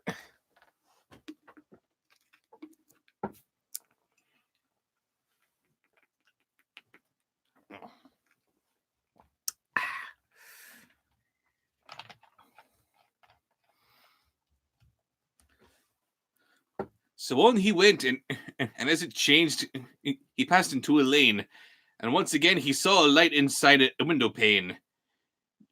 Chanced, did we say? Let no such word upon our range, or upon our page appear. Not chance, but watchful providence has led poor Robin here. Next. Gomez and Morticia. Okay. 'Twas Jem the sexton's house from which shone forth that cheering light, for Jem had drawn the curtain back to gaze upon the night. And now with lantern in his hand he hobbles down the lane, muttering and grumbling to himself because his foot's in pain. Very good. Grandpa Simpson. He gains the church, then for the key within his pocket feels, and as he puts it in the door, Robin is at his heels. Jim thought when entering the church that he was all alone, nor dreamed the little stranger bird had to its refuge flown. Next voice. Uh-oh. Who is it? Pee-wee. I hate you.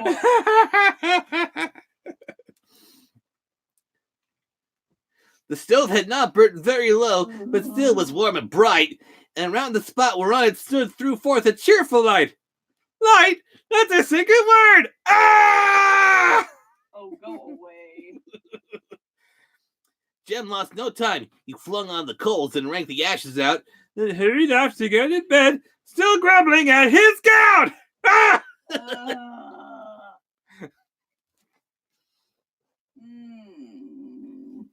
Next, boys. Captain Jack Sparrow, damn it. Make it good. Now Robin from a corner hopped within the fire's light. Shivering and cold, it was to him a most enchanting sight. But he is almost starved, poor bird. Food he must have or die, unless it seems, alas, for that within these walls to try. Savvy? Mm-hmm. Very. Don't say that I don't love you. Oh. Don't say that I'm not going to make you prove it. Swoon. I'll prove it all right. What are we doing? Oh, wait. Moving on. Time to stop the feed here. Click. It's been fun. Bye, guys. Roger Moore. Pass. They censored Pugsley Adams?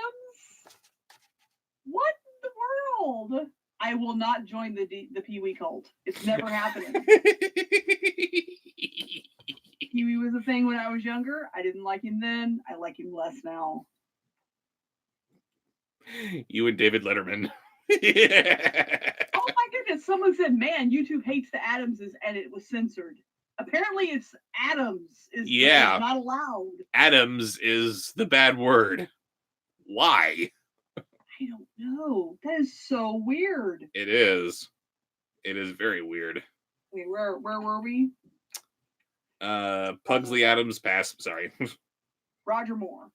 We said him, kind of him, pass. Oh, sorry. Okay. I didn't hear that. Bender from Futurama. Yet see, he makes a sudden dart. His searching eyes has found the greatest treasure he could have, some breadcrumbs on the ground. Perhaps 'tis thought by those who read too doubtful to be true, that just when they were wanted to, some hands should breadcrumbs strew. And bite my shiny metal ass. Next. Peter Griffin. But this is how it came to pass. An ancient dame had said, her legacy unto the poor should all be spent in bread. So every week 12 wheaten loaves the sexton brought himself, and crumbs had doubtless fallen when he placed them on the shelf. Yeah, sexton. Next. Next is Stewie Griffin. Enough they were for quite a feast, Robin was glad to find. The hungry fellow ate them all, nor left one crumb behind. He soon was quite himself again, and it must be confessed, his first thought, being warmed and fed, was all about his breast. Next. Dropo. Oh God, not Droppo. Oh, Dropo. Droppo from Santa Claus Conquers the Martians. Here we Oh go. boy. To smooth its scarlet feathers down, our hero did not fail. And when he'd made it to the start, he then attended to his tail. Worn though he was with sheer fatigue, and being up so late, he did not like to go to bed in such a rumpled state.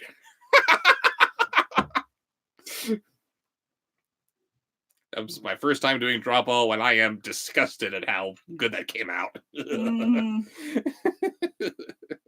I have no idea who it is, but I feel your pain. Such a bad movie. Next. The Cowardly Lion. His toilet done, he went to sleep and never once awoke. Till coming in on Christmas morn, Jem gave the stove a poke. then in alarm he flew along the middle aisle, and perching on the pulpit top, he rested there a while. That was good, Barry. Thank you. Next. Achoo from Robin Hood, Men in Tights. Pass. Oh boy, here's another good one. Let's have a combo of Cool Cat, Daddy Derek, and Mama Cat. Oh, Lord. We'll get the worst out of the way here first. But what an unexpected sight it is that meets his eyes. The church is dressed with holly green, to him so great a prize. God bless. For amongst the leaves the berries hung, inviting him to eat. On every side were hundreds more, a rich and endless treat, honey child. Oh my God. Ugh. He could not know. Wait, hold up. What? You did Derek first. I did. Then you said, let's get the worst out of the way. And then you did Mama. Does that mean Cool Cat's the best? No, that just means that Cool Cat's the last. Checking. I was concerned.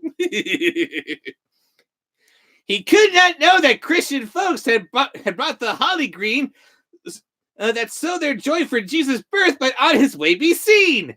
It's Christmas Day, and time to celebrate Jesus' birthday. Yay!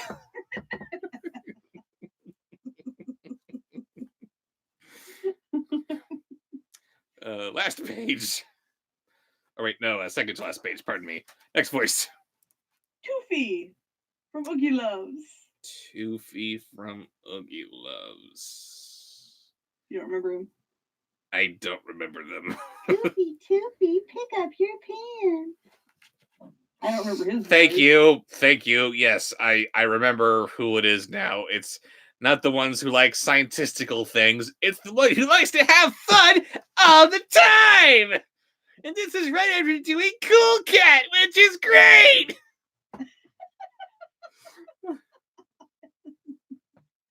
Now, very soon, a little troop of children entered in.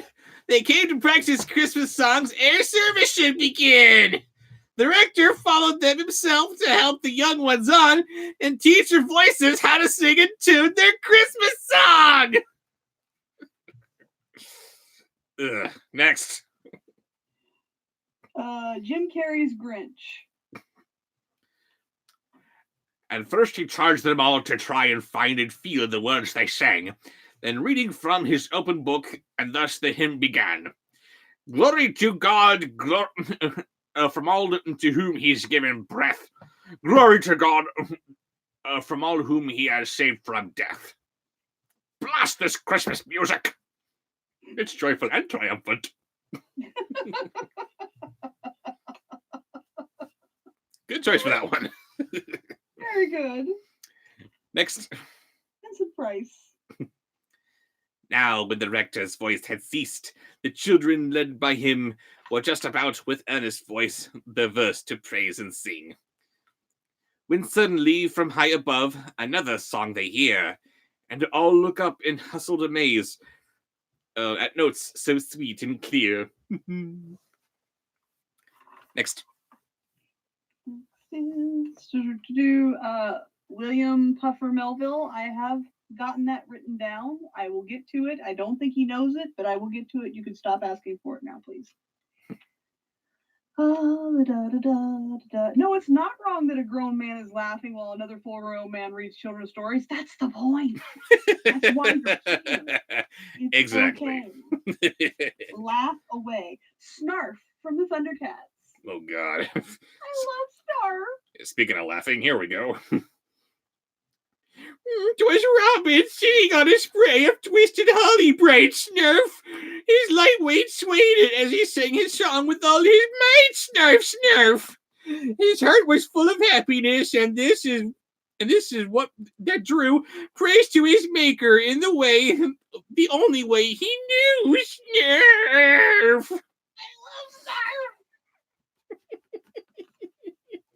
I want to hug him. Oh, God. Why? Because he's adorable. Is he? Yes. Okay.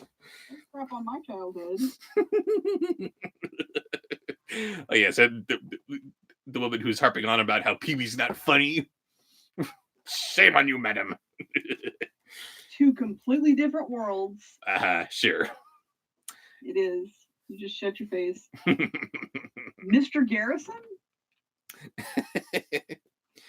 It seemed as though he understood the words he had just heard, as if he felt they suited him, though but a little bird. The rector's finger lifted up and kept the children still, their eyes uplifted to the bird singing with open veil, children.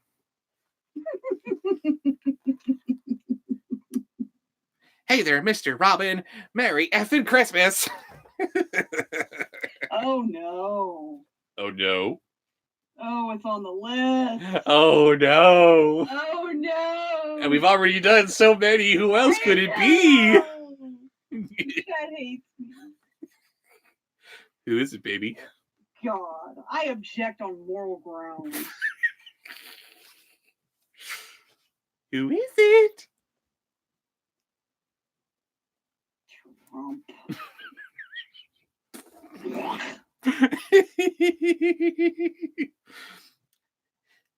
They scarcely breathed, lest they should lose one note of that sweet strain. And Robin scarcely paused before he took it up again. Now when he ceased, the rector thought that he would say a word, for Robin's tale had in his breast a song emotion stirred, and he made it great. Ew. And Help. I'm dying. My ears are dying. and it's okay, we're done with that voice. Then stop doing it. Moving on to the next one. Captain Barbosa. And make it good. Children, said he, that little voice a lesson should have taught. It seemed to me the robin's song is with instruction fraught. He was, no doubt, in great distress. Deep snow was all around. He might have starved, but coming here for both food and shelter found. How do you like that, lassie? Oh, that was better. Ooh, y'all don't understand. Some of these voices are painful to me. But- Literally puts my teeth on edge. But it's okay. We got through the list, didn't we?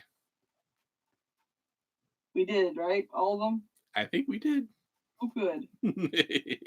Okay. Elmo. Oh God. Captain Barbosa to elbow. Seek God, my children, and when times of storm and trouble come, he'll guide you as he did the bird, and safely lead you home. Another lesson we may learn from those sweet notes we heard, that God has given voice of praise to that unconscious bird. Yay! And Dylan, I really can't say which is worse, Pee-wee or Trump. It's similar reaction. I would say at this point, because of the association, with the world being on fire, I would say Trump, but only by a slight margin. Stop laughing. Why? It's funny. Okay. Laugh your ass all the way to the polls this coming November. You had to go for jury duty, you're gonna go vote. Anyway, the final voice for this final poem. Fran Drescher. Oh wow, we're ending on that note, are we? Okay. But unto us his love bestows a far more glorious gift, for we have reason and our souls as well as voice can lift. The rector paused, for now rang forth the Merry Christmas chime, and warned them all that it was near the universe, that it was near the usual service time. And we must close the Robin's tale. 'Twill be a blessed thing, should it have taught but one young voice to praise as well as sing.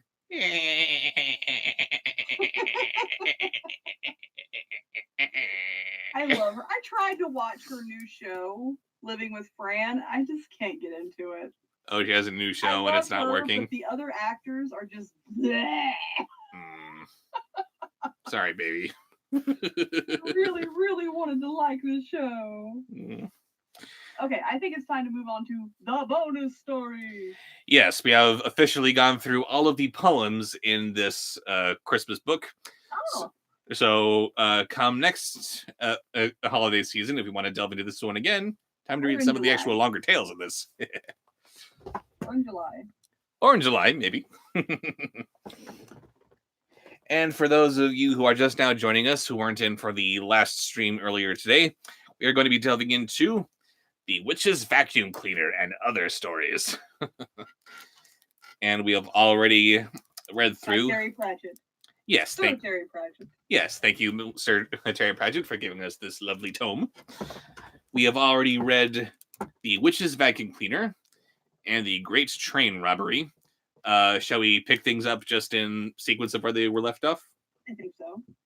Then we're moving on to... Oh, no, you didn't do The Great Train Robbery, did you? You went to Lord Cake.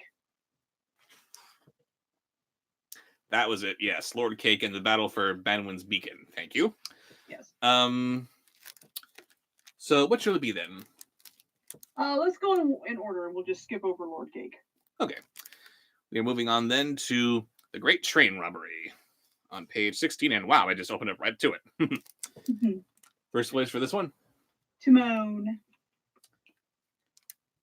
I dare say you all know about the Wild West. But what many people don't know is that there were two Wild Wests. And the wilder one by far was in Britain. Yeah, sure it was.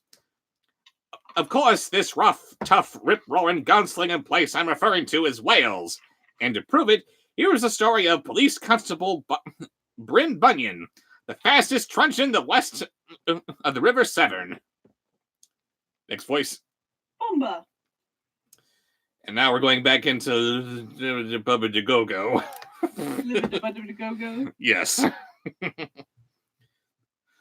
The town of Bubba de Go-Go was very small and hardly on the map at all until the Great Coal Rush of '81. No sooner had an old prospector come running down the high street with a lump of coal in his hand, shouting, "Coal! It's coal! There's coal in them there hills! Look you!" Then the town was packed with people eager to strike their claim. And that was a terrible voice. Let's not do that again. Howie Mandel. Pass. You can't do Bobby? Oh, God. I will attempt to do Bobby Jenrick. Thank you. So cute. Cernet had 3 pubs, a billiard hall, and a brand new temperance hotel. And every night there were fights between the sheep boys, like cowboys, and this is Wales, and the prospectors. Soon the place became known as the toughest town in the West. Okay. That was cute. Did it work? Yes. Okay. Bunsen Honeydew. Dr. Bunsen Honeydew. And so it remained for nigh on 100 years. Then one day, with the sunlight glinting on the silver star on his helmet, a tall figure in blue pedaled down the high street in Llandaff. Next. Let's see. Don't spam, Jake. Let's see. Beaker. Yeah, Beaker. Okay, we just did him. Next. The Scarecrow from Wizard of Oz. The original. Pass. Sid Sloth from Ice Age. The people in a public bar with a lump of coke appeared around the door, and the stranger dismounted and tried and tied his bike up outside the old police station. It's a policeman! Hissed Davies the poacher, gulping down his beer and hurrying off to off to hide his ferrets. Okay, That was good. thank you. Batman, Adam West. The news spread like wildfire, old chum. Soon it reached the ears of Big Day Evans, sheep stealer, poacher, and thief, who was playing billiards. He was the biggest bandit in Landaf, which is saying a lot, and people wondered how he would take the news. Next. Black Knight. Pass. M. Bison, Raul Julia. It also came to the notice of Gorsebush Jones, okay, a young sheep farmer and poacher. Later that day, there was a knock at the police station door. "What can I do for you?" asked P.C. Bunyan as a rather scrawny lad entered.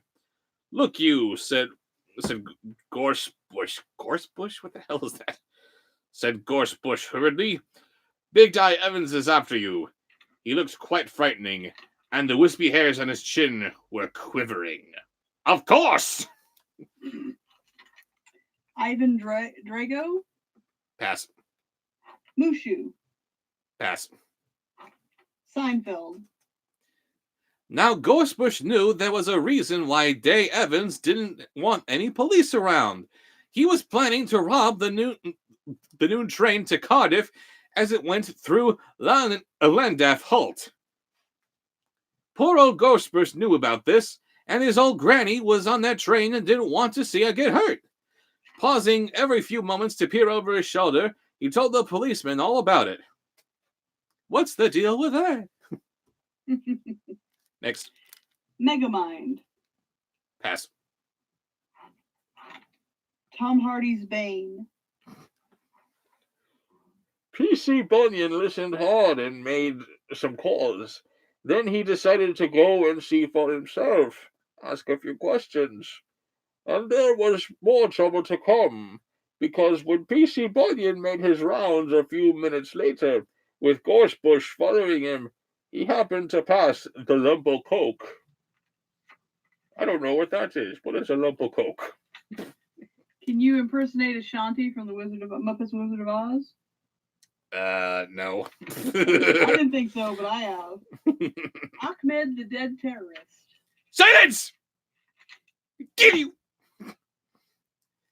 There was a bike outside. Swiftly testing it, the policeman found that neither the brakes nor the lights were working. He went to find the owner while Gorsebush sat trembling outside, then turned tail and scuttled off. You see, he knew that bike belonged to Big Di. There was dead silence as P.C. Bunyan pushed open the door.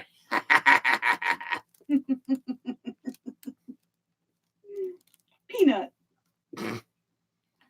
There, leaning on the bar, was Big Di enjoying a glass of weak beer and and a packet of crisps. What the hell are crisps? The people began to edge away, and one of the two scrambled through the door, suddenly remembering important business elsewhere. Jones the bottle collector ducked down behind a till. Someone stopped playing the piano. Jose. "Is that your bike outside, senor?" asked P.C. Bunyan. You could have heard a pin drop on a stick. "Yes, sorry. See," said Big Di. "Have to stay in character however I can. I must warn you, senor, that the brakes don't work. It has no lights. You cannot ride it after dark unless you get it repaired." Next. Walter. Everyone looked at Big Di. No one had ever talked to him like that before, ever told him what to do. "Thank you, officer," he said at last. "Then I won't ride it home tonight. Dumbass." Okay, Snow White. Well, they were expecting a punch-up at least. and I called his rascally bandits together after the policeman had left. Don't you see?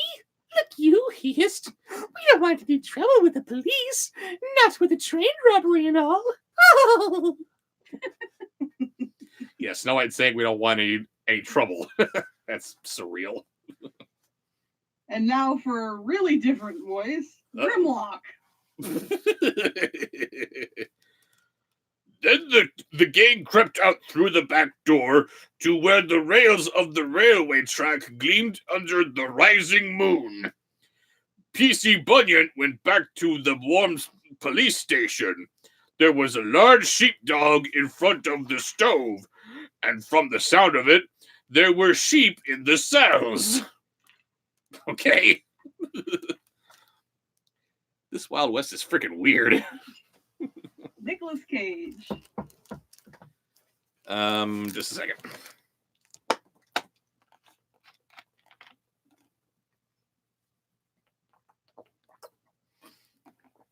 Nicolas Cage. Yeah, you getting tired, baby?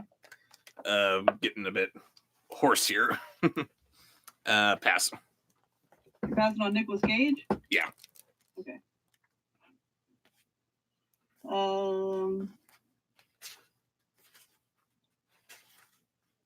Jiminy Cricket? Pass. Vitruvius? I don't know what that is. From the Lego movie. This guy right here. I am Ghost Vitruvius. Woo! Oh, okay. Let's get you back on the double-decker couch, which for some reason everyone thinks is the worst idea ever. Come on, that's brilliant. Gorsebush Jones had been making himself at home. Gorsebush. Yes, sir, said Gorsebush. I'm not sure if I can do this, but I'm going to make you a temporary special constable. You better wear my spare helmet. It's a bit big for a lad your size, but it'll keep your ears warm. Keep your knees warm, too, he added with a chuckle. He handed Gorsebush the police helmet. And something about babies. And gear. Satan from South Park. What about Bloodwind? Came the muffled voice from under the helmet. She'd make a good police dog, wouldn't she? Very well, but she'll have to do without a helmet. Now come on, we must get to the railway station. I aim to tidy up this town. Uh-oh, Satan's in law enforcement. Run! Next. Stinky Stinky. from Alpha and Omega. Ugh. And so 2 men and a dog left luggage over to go on one bicycle. In the distance, PC Bunyan heard a train whistle and knew that it was the Cardiff train. What devilish scheme did Di Evans have in mind for stopping it? May I offer you some parenting tips? No! Shut up! Bizarro Critic, he has not watched Buffy the Vampire Slayer. Otherwise, that voice would definitely be on my list. What voice is that? Spike. Okay, evidently I've got some research that needs doing. Whew. Got warm in here all of a sudden. Bless my soul. Do you declare? I do declare. Alpha from the Power Rangers. Oh, God. Gorsebush jumped off the bike and examined the ground. Ay, ay, ay, ay, ay! Some bikes went by here not 2 hours ago, boyo, he said. Boyo. Riding without lights, eh? Muttered PC Bunyan. And I warned that scoundrel of that. All right. All the while doing this. Because I am very curious. What? I'm moving this one up because I'm quite curious. Uh-oh. Linkara's Batman, aka Crazy Steve? What is this? Crazy Steve is what Linkara dubbed All-Star Batman and Robin, because he is so not written to be Batman in that story that Linkara theorized that this is actually some hobo who somehow knocked out Bruce Wayne and stole his bat suit and gadgets. Does he have a distinctive voice that you can impersonate? It's very much in line with Christian Bale's Batman, but I will do my best to make the distinction between him and Crazy Steve. Okay. Let's see. Swiftly, they paddled onward. The Cardiff train would have to slow down as it passed Llandaff, and that's where Big Time would ambush it. Look, you, down in the valley, shouted Gorsebush above the rushing wind. We're too late, boyo. Good gracious. That was adequate? I don't know what to call it. I can't call it good. And it's all the funnier because because it has Black Canary in the story too, and for some reason she's Irish. So yeah, we have Crazy Steve saying boyo, which is not entirely outside of his wheelhouse. I touched my mother's breast. It bled on me. Oh my god.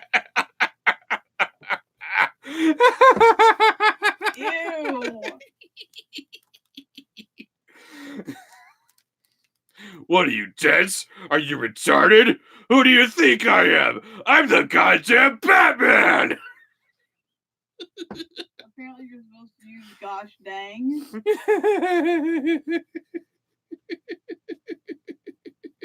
Anyway, next voice.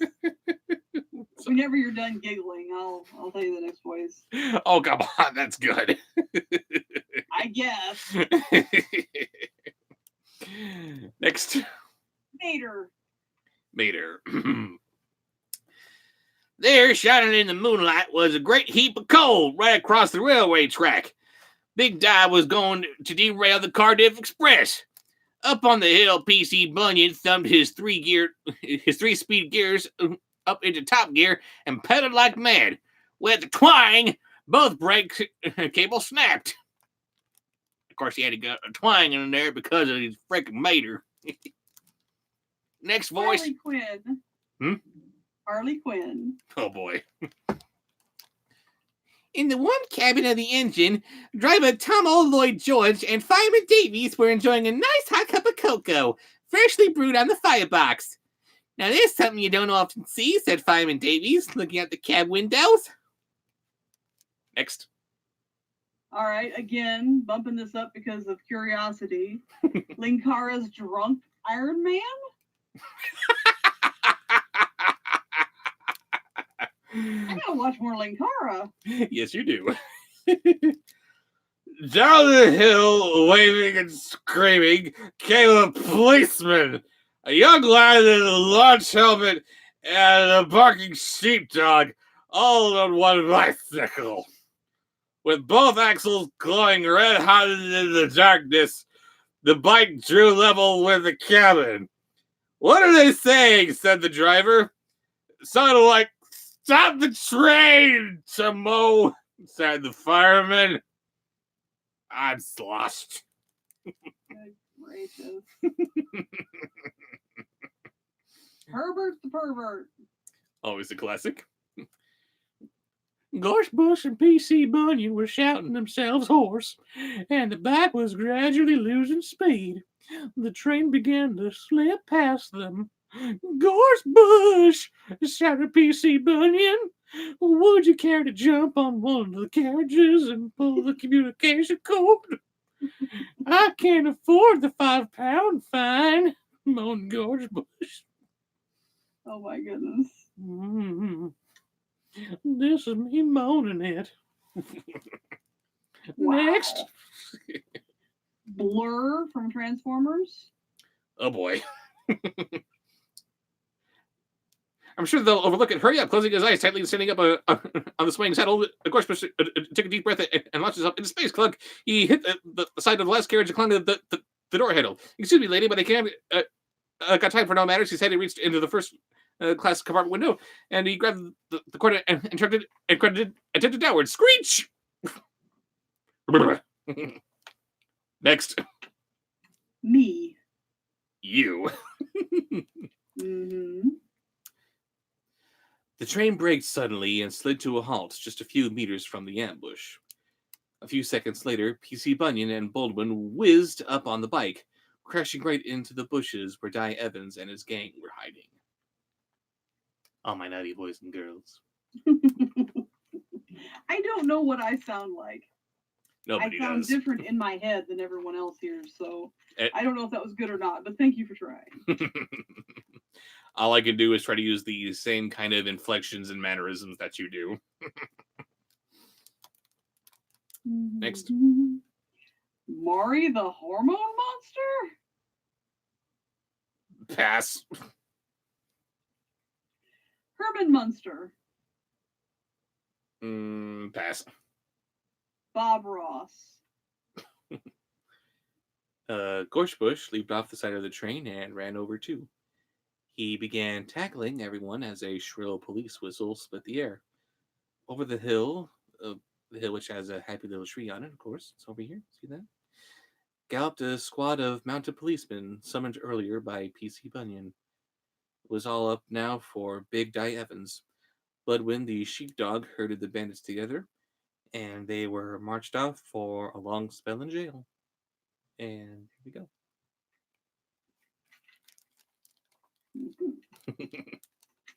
Next. It was literally putting me to sleep.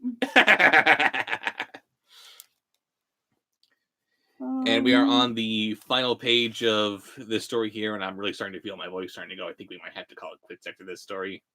Okay. Sorry, everybody. So how many more voices? 3. Let's do 3 last good ones. 3 more. Okay. Do. I'm looking for really, really good ones.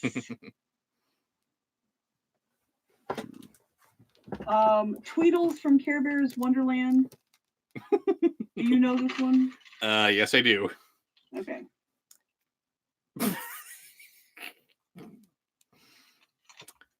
And you know this one too, actually. Do I? Yes, you do. And that's about the end of it. PC Bunyan was promoted to Police Sergeant Bunyan for his part in the foiling of the train robbers, and his assistant in the village was, you guessed it, PC Gorsebush Jones, who got into the force by standing on tiptoe and lying about his age. Boss. He still went poaching. He still went poaching, only now whenever he caught himself, he arrested himself, charged himself, and let himself go after a stern warning. Wow. And you put the lime in the coconut, and now you're married. God. Oh, okay. Looking for good ones. Rod Sterling. Baldwin became police dog Baldwin and soon had the most law-abiding flock in South Wales.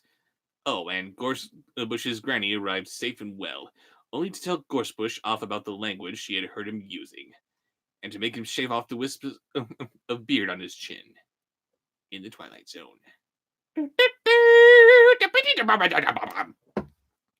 Final voice. Final voice. Oh, so much. Okay. This is for you, baby. Well, you can't do 2 more. I can try to stretch it out, I guess. Okay. Because there's one that I want to hear, and there's one that I know you want to do, and that everyone wants to hear. Okay. So we will end on my favorite. And on your favorite, okay. Or of the 2. Your voice is Torgo. I knew you'd like that. And that was how the town of Landafin with Fan get to Puckett the Go-Go was cleaned up due to the fastest truncheon in the West, PC Bryn Bunyan. And your voice? Davy Jones. Due to the fastest truncheon in the West, PC Bryn Bunyan. And Gorsebush Jones, of course. And there we go. Yay! Thank you. Since we had to end just a little bit abruptly, even though he's not going to do any more voices, we can stick around for about 15 minutes and chit-chat if you guys would like. I am sorry. I feel myself giving out here. No, that's quite all right. Because you have a review to shoot tomorrow. Oh, yes, I do. So you need to eat some honey. Rest those vocal cords. I'll be eating some honey, all right. Anyway. Hi-oh. Oh my god. The do not ask about his opinion on movies or what he's going to review. Sorry, guys. I don't know, and I want to keep it a surprise. Yeah. Well, or you do know and you want to keep it a surprise. Yes. So this was a lot of fun. It was. Yes. So How many were good your suggestions, too. How were your holidays, dear? Oh, they were lovely. I mentioned that Mecha Godzilla figure that I gave to one of my nephews. Apparently the best gift that I gave this year was giving my dad a copy of the book A Child's Christmas in Wales. And I knew that was always one of his favorite Christmas movies, but I didn't know that he would love having that book so much. For those of you unfamiliar with the story, it's not a movie that you watch. It's a movie that you listen to. You just sit back and listen to the narrator go on about his childhood experiences over the holidays and just soak in the prose and the style of it all. And it is just a real treat for the ears. And he always loved watching this movie every single year. And so I thought, oh, hey, I could give him this book of the same story. And he just loved it and couldn't stop gushing all over it. So that was lovely. And you gave him one of his favorite gifts last year, too. Yes. I need to get a picture of that, don't I? Yeah, you do. You really do.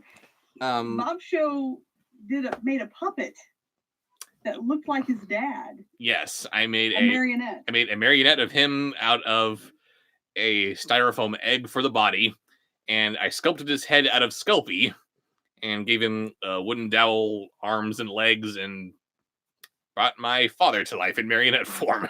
It was so cool. It looked so much like him. It did. And he also did his brother. Yes, I made one of my brother looking like Dracula, which was his favorite role to play in high school. It was either that or Cat and Hook from Peter Pan. and, and that was just brilliant because, of course, I had to make a little coffin to pack him up in. So there's this ominous black cardboard coffin wrapped up in a pretty Christmas bow. Oh God, what is this going to be? And it's buried in crumpled up balls of red wrapping paper, which almost look like human innards. So he opens up this coffin, and there's this red blotchy stuff inside of it with this marionette controller on top. You pull it out, and then there's Count Dracula rising out of it. Blah! I definitely won Christmas that year. Oh, yeah. So, yes, I had a very good Christmas this last year. Thank you for asking. And the year before. And the year before, yes. How am I going to top it this next time? I don't know. Let's see what else we got. Fan art. Yes, we love fan art. Please send the fan art. Always more fan art. Always good. Yes.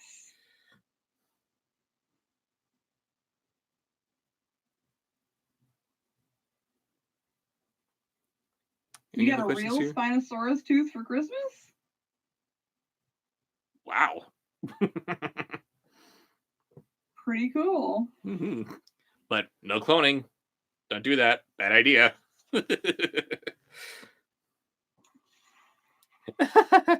Hashtag Raven and Bob sing Santa Baby. That's been going over and over. Raven sings Santa Baby, Bob sings Santa Oh, Baby. has it?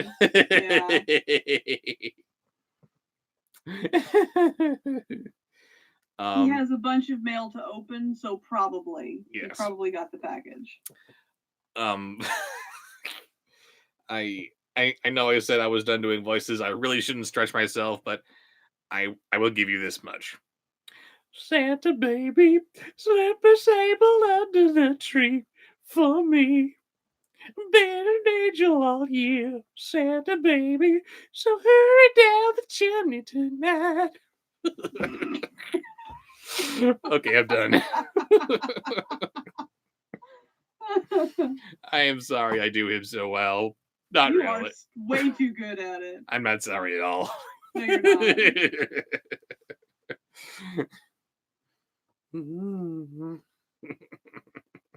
No, he has not watched the Green Eggs and Ham series. I mentioned that before. I don't know if it was at this point. I don't know if it was the last stream, this stream, or what. But I think it was this stream. yeah, but we haven't watched it yet. Yeah, no. Would I watch a movie made by Derek Savage and Tommy Wiseau? Oh wow! Yeah, I'd watch it. What the hell would that look like? It would be a brilliant train wreck. How would that work? Never work together. Hmm? Never work together. No. Both of them are just auteurs of the highest quality, and that they can never have anyone tell them no. That's a bad idea. And Derek is a jerk all the time. Yeah. Tommy Wiseau goes in stages. The worst. He's really cool, and he understands that he's a huge joke, and he makes money off of being a huge joke. Sometimes. I'm cool with that. And then he goes on these copyright flagging sprees, and just becomes a super jerk about everything. So I don't know. Maybe he's got some issues. Maybe he goes off his medication periodically. No. But yeah, what would they collaborate on? I can't even imagine. I did not hit her. It's not true. It's bulldookie. I did not hit her. I did not. Oh, hi, Daddy Derek. There we go. There's Tommy Wiseau mixed with Derek Savage. You're welcome. You are not going to be able to talk tomorrow. Oh. I'm sorry.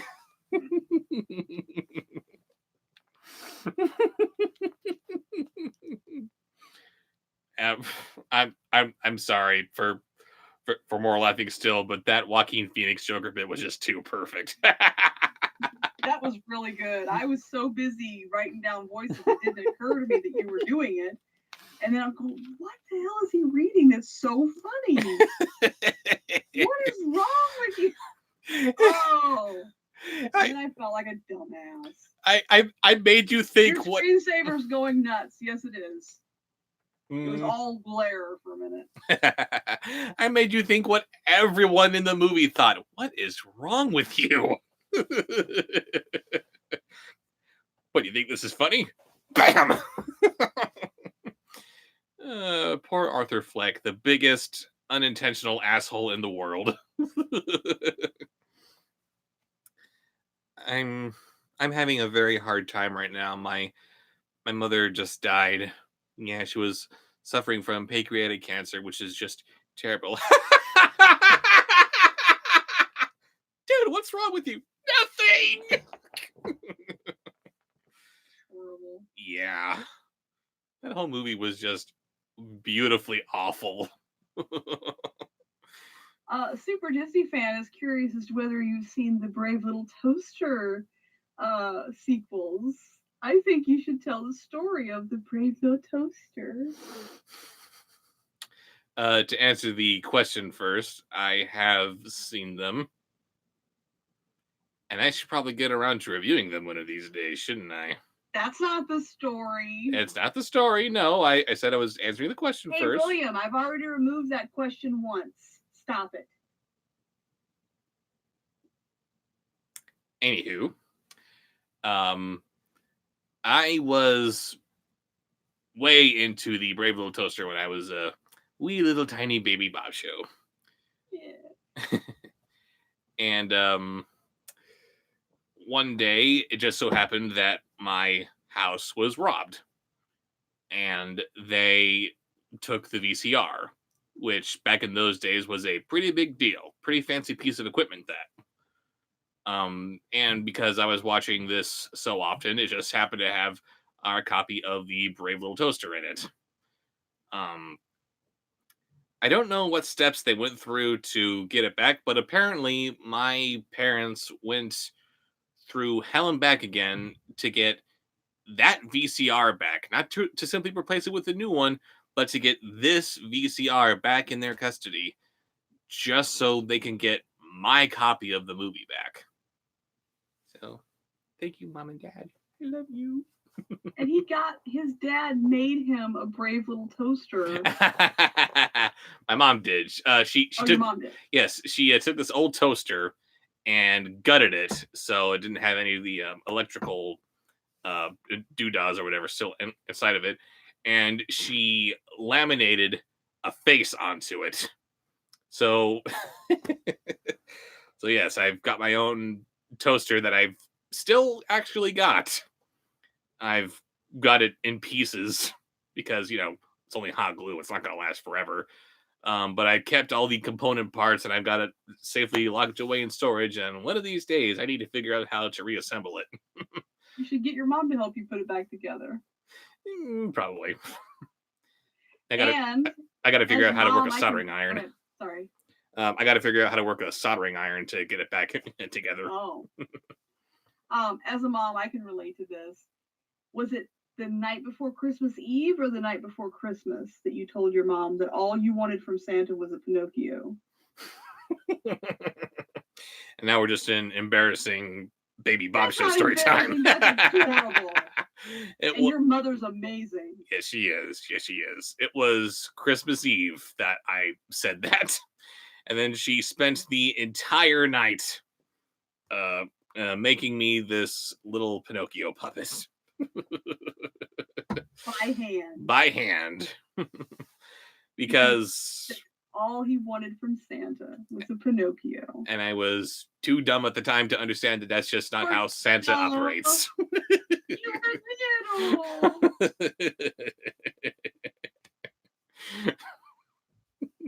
He was really cute too. I've seen pictures. Hey, was. I wouldn't say you were cute now. I'm not cute now. Blink, blink, blink. Not that kind of cute. You don't want me to think of you as that kind of cute. Maybe. All right, well, I want you to think of me as the other cute. Quite frankly, I really have to go to the bathroom. So, he's going to rest his voice. I'm going to go pee. Thank God that you didn't need it to go that badly before. You would have been in trouble. I love you. Mm-hmm. But yes, thank you all for joining us on this stream. Hope you guys had fun. And let me look at my schedule. There's going to be a patron exclusive stream next week. Live stream next week. And the week after. The following week will be another to catch up on the public live streams because I've been skipping out on those lately. Yeah. But so make it up for another one at the end of this month. Another live stream, different stories. Yes. Different voices. You guys did so good with the variety. Mm-hmm. A lot of voices I didn't know, but a lot of voices that we hadn't seen for a long time, that I've never seen. Yeah. You did good. You did good. Thank you so much. No more rappers and so, obscure like Taylor Swift. It's like, he can't do that. Come on.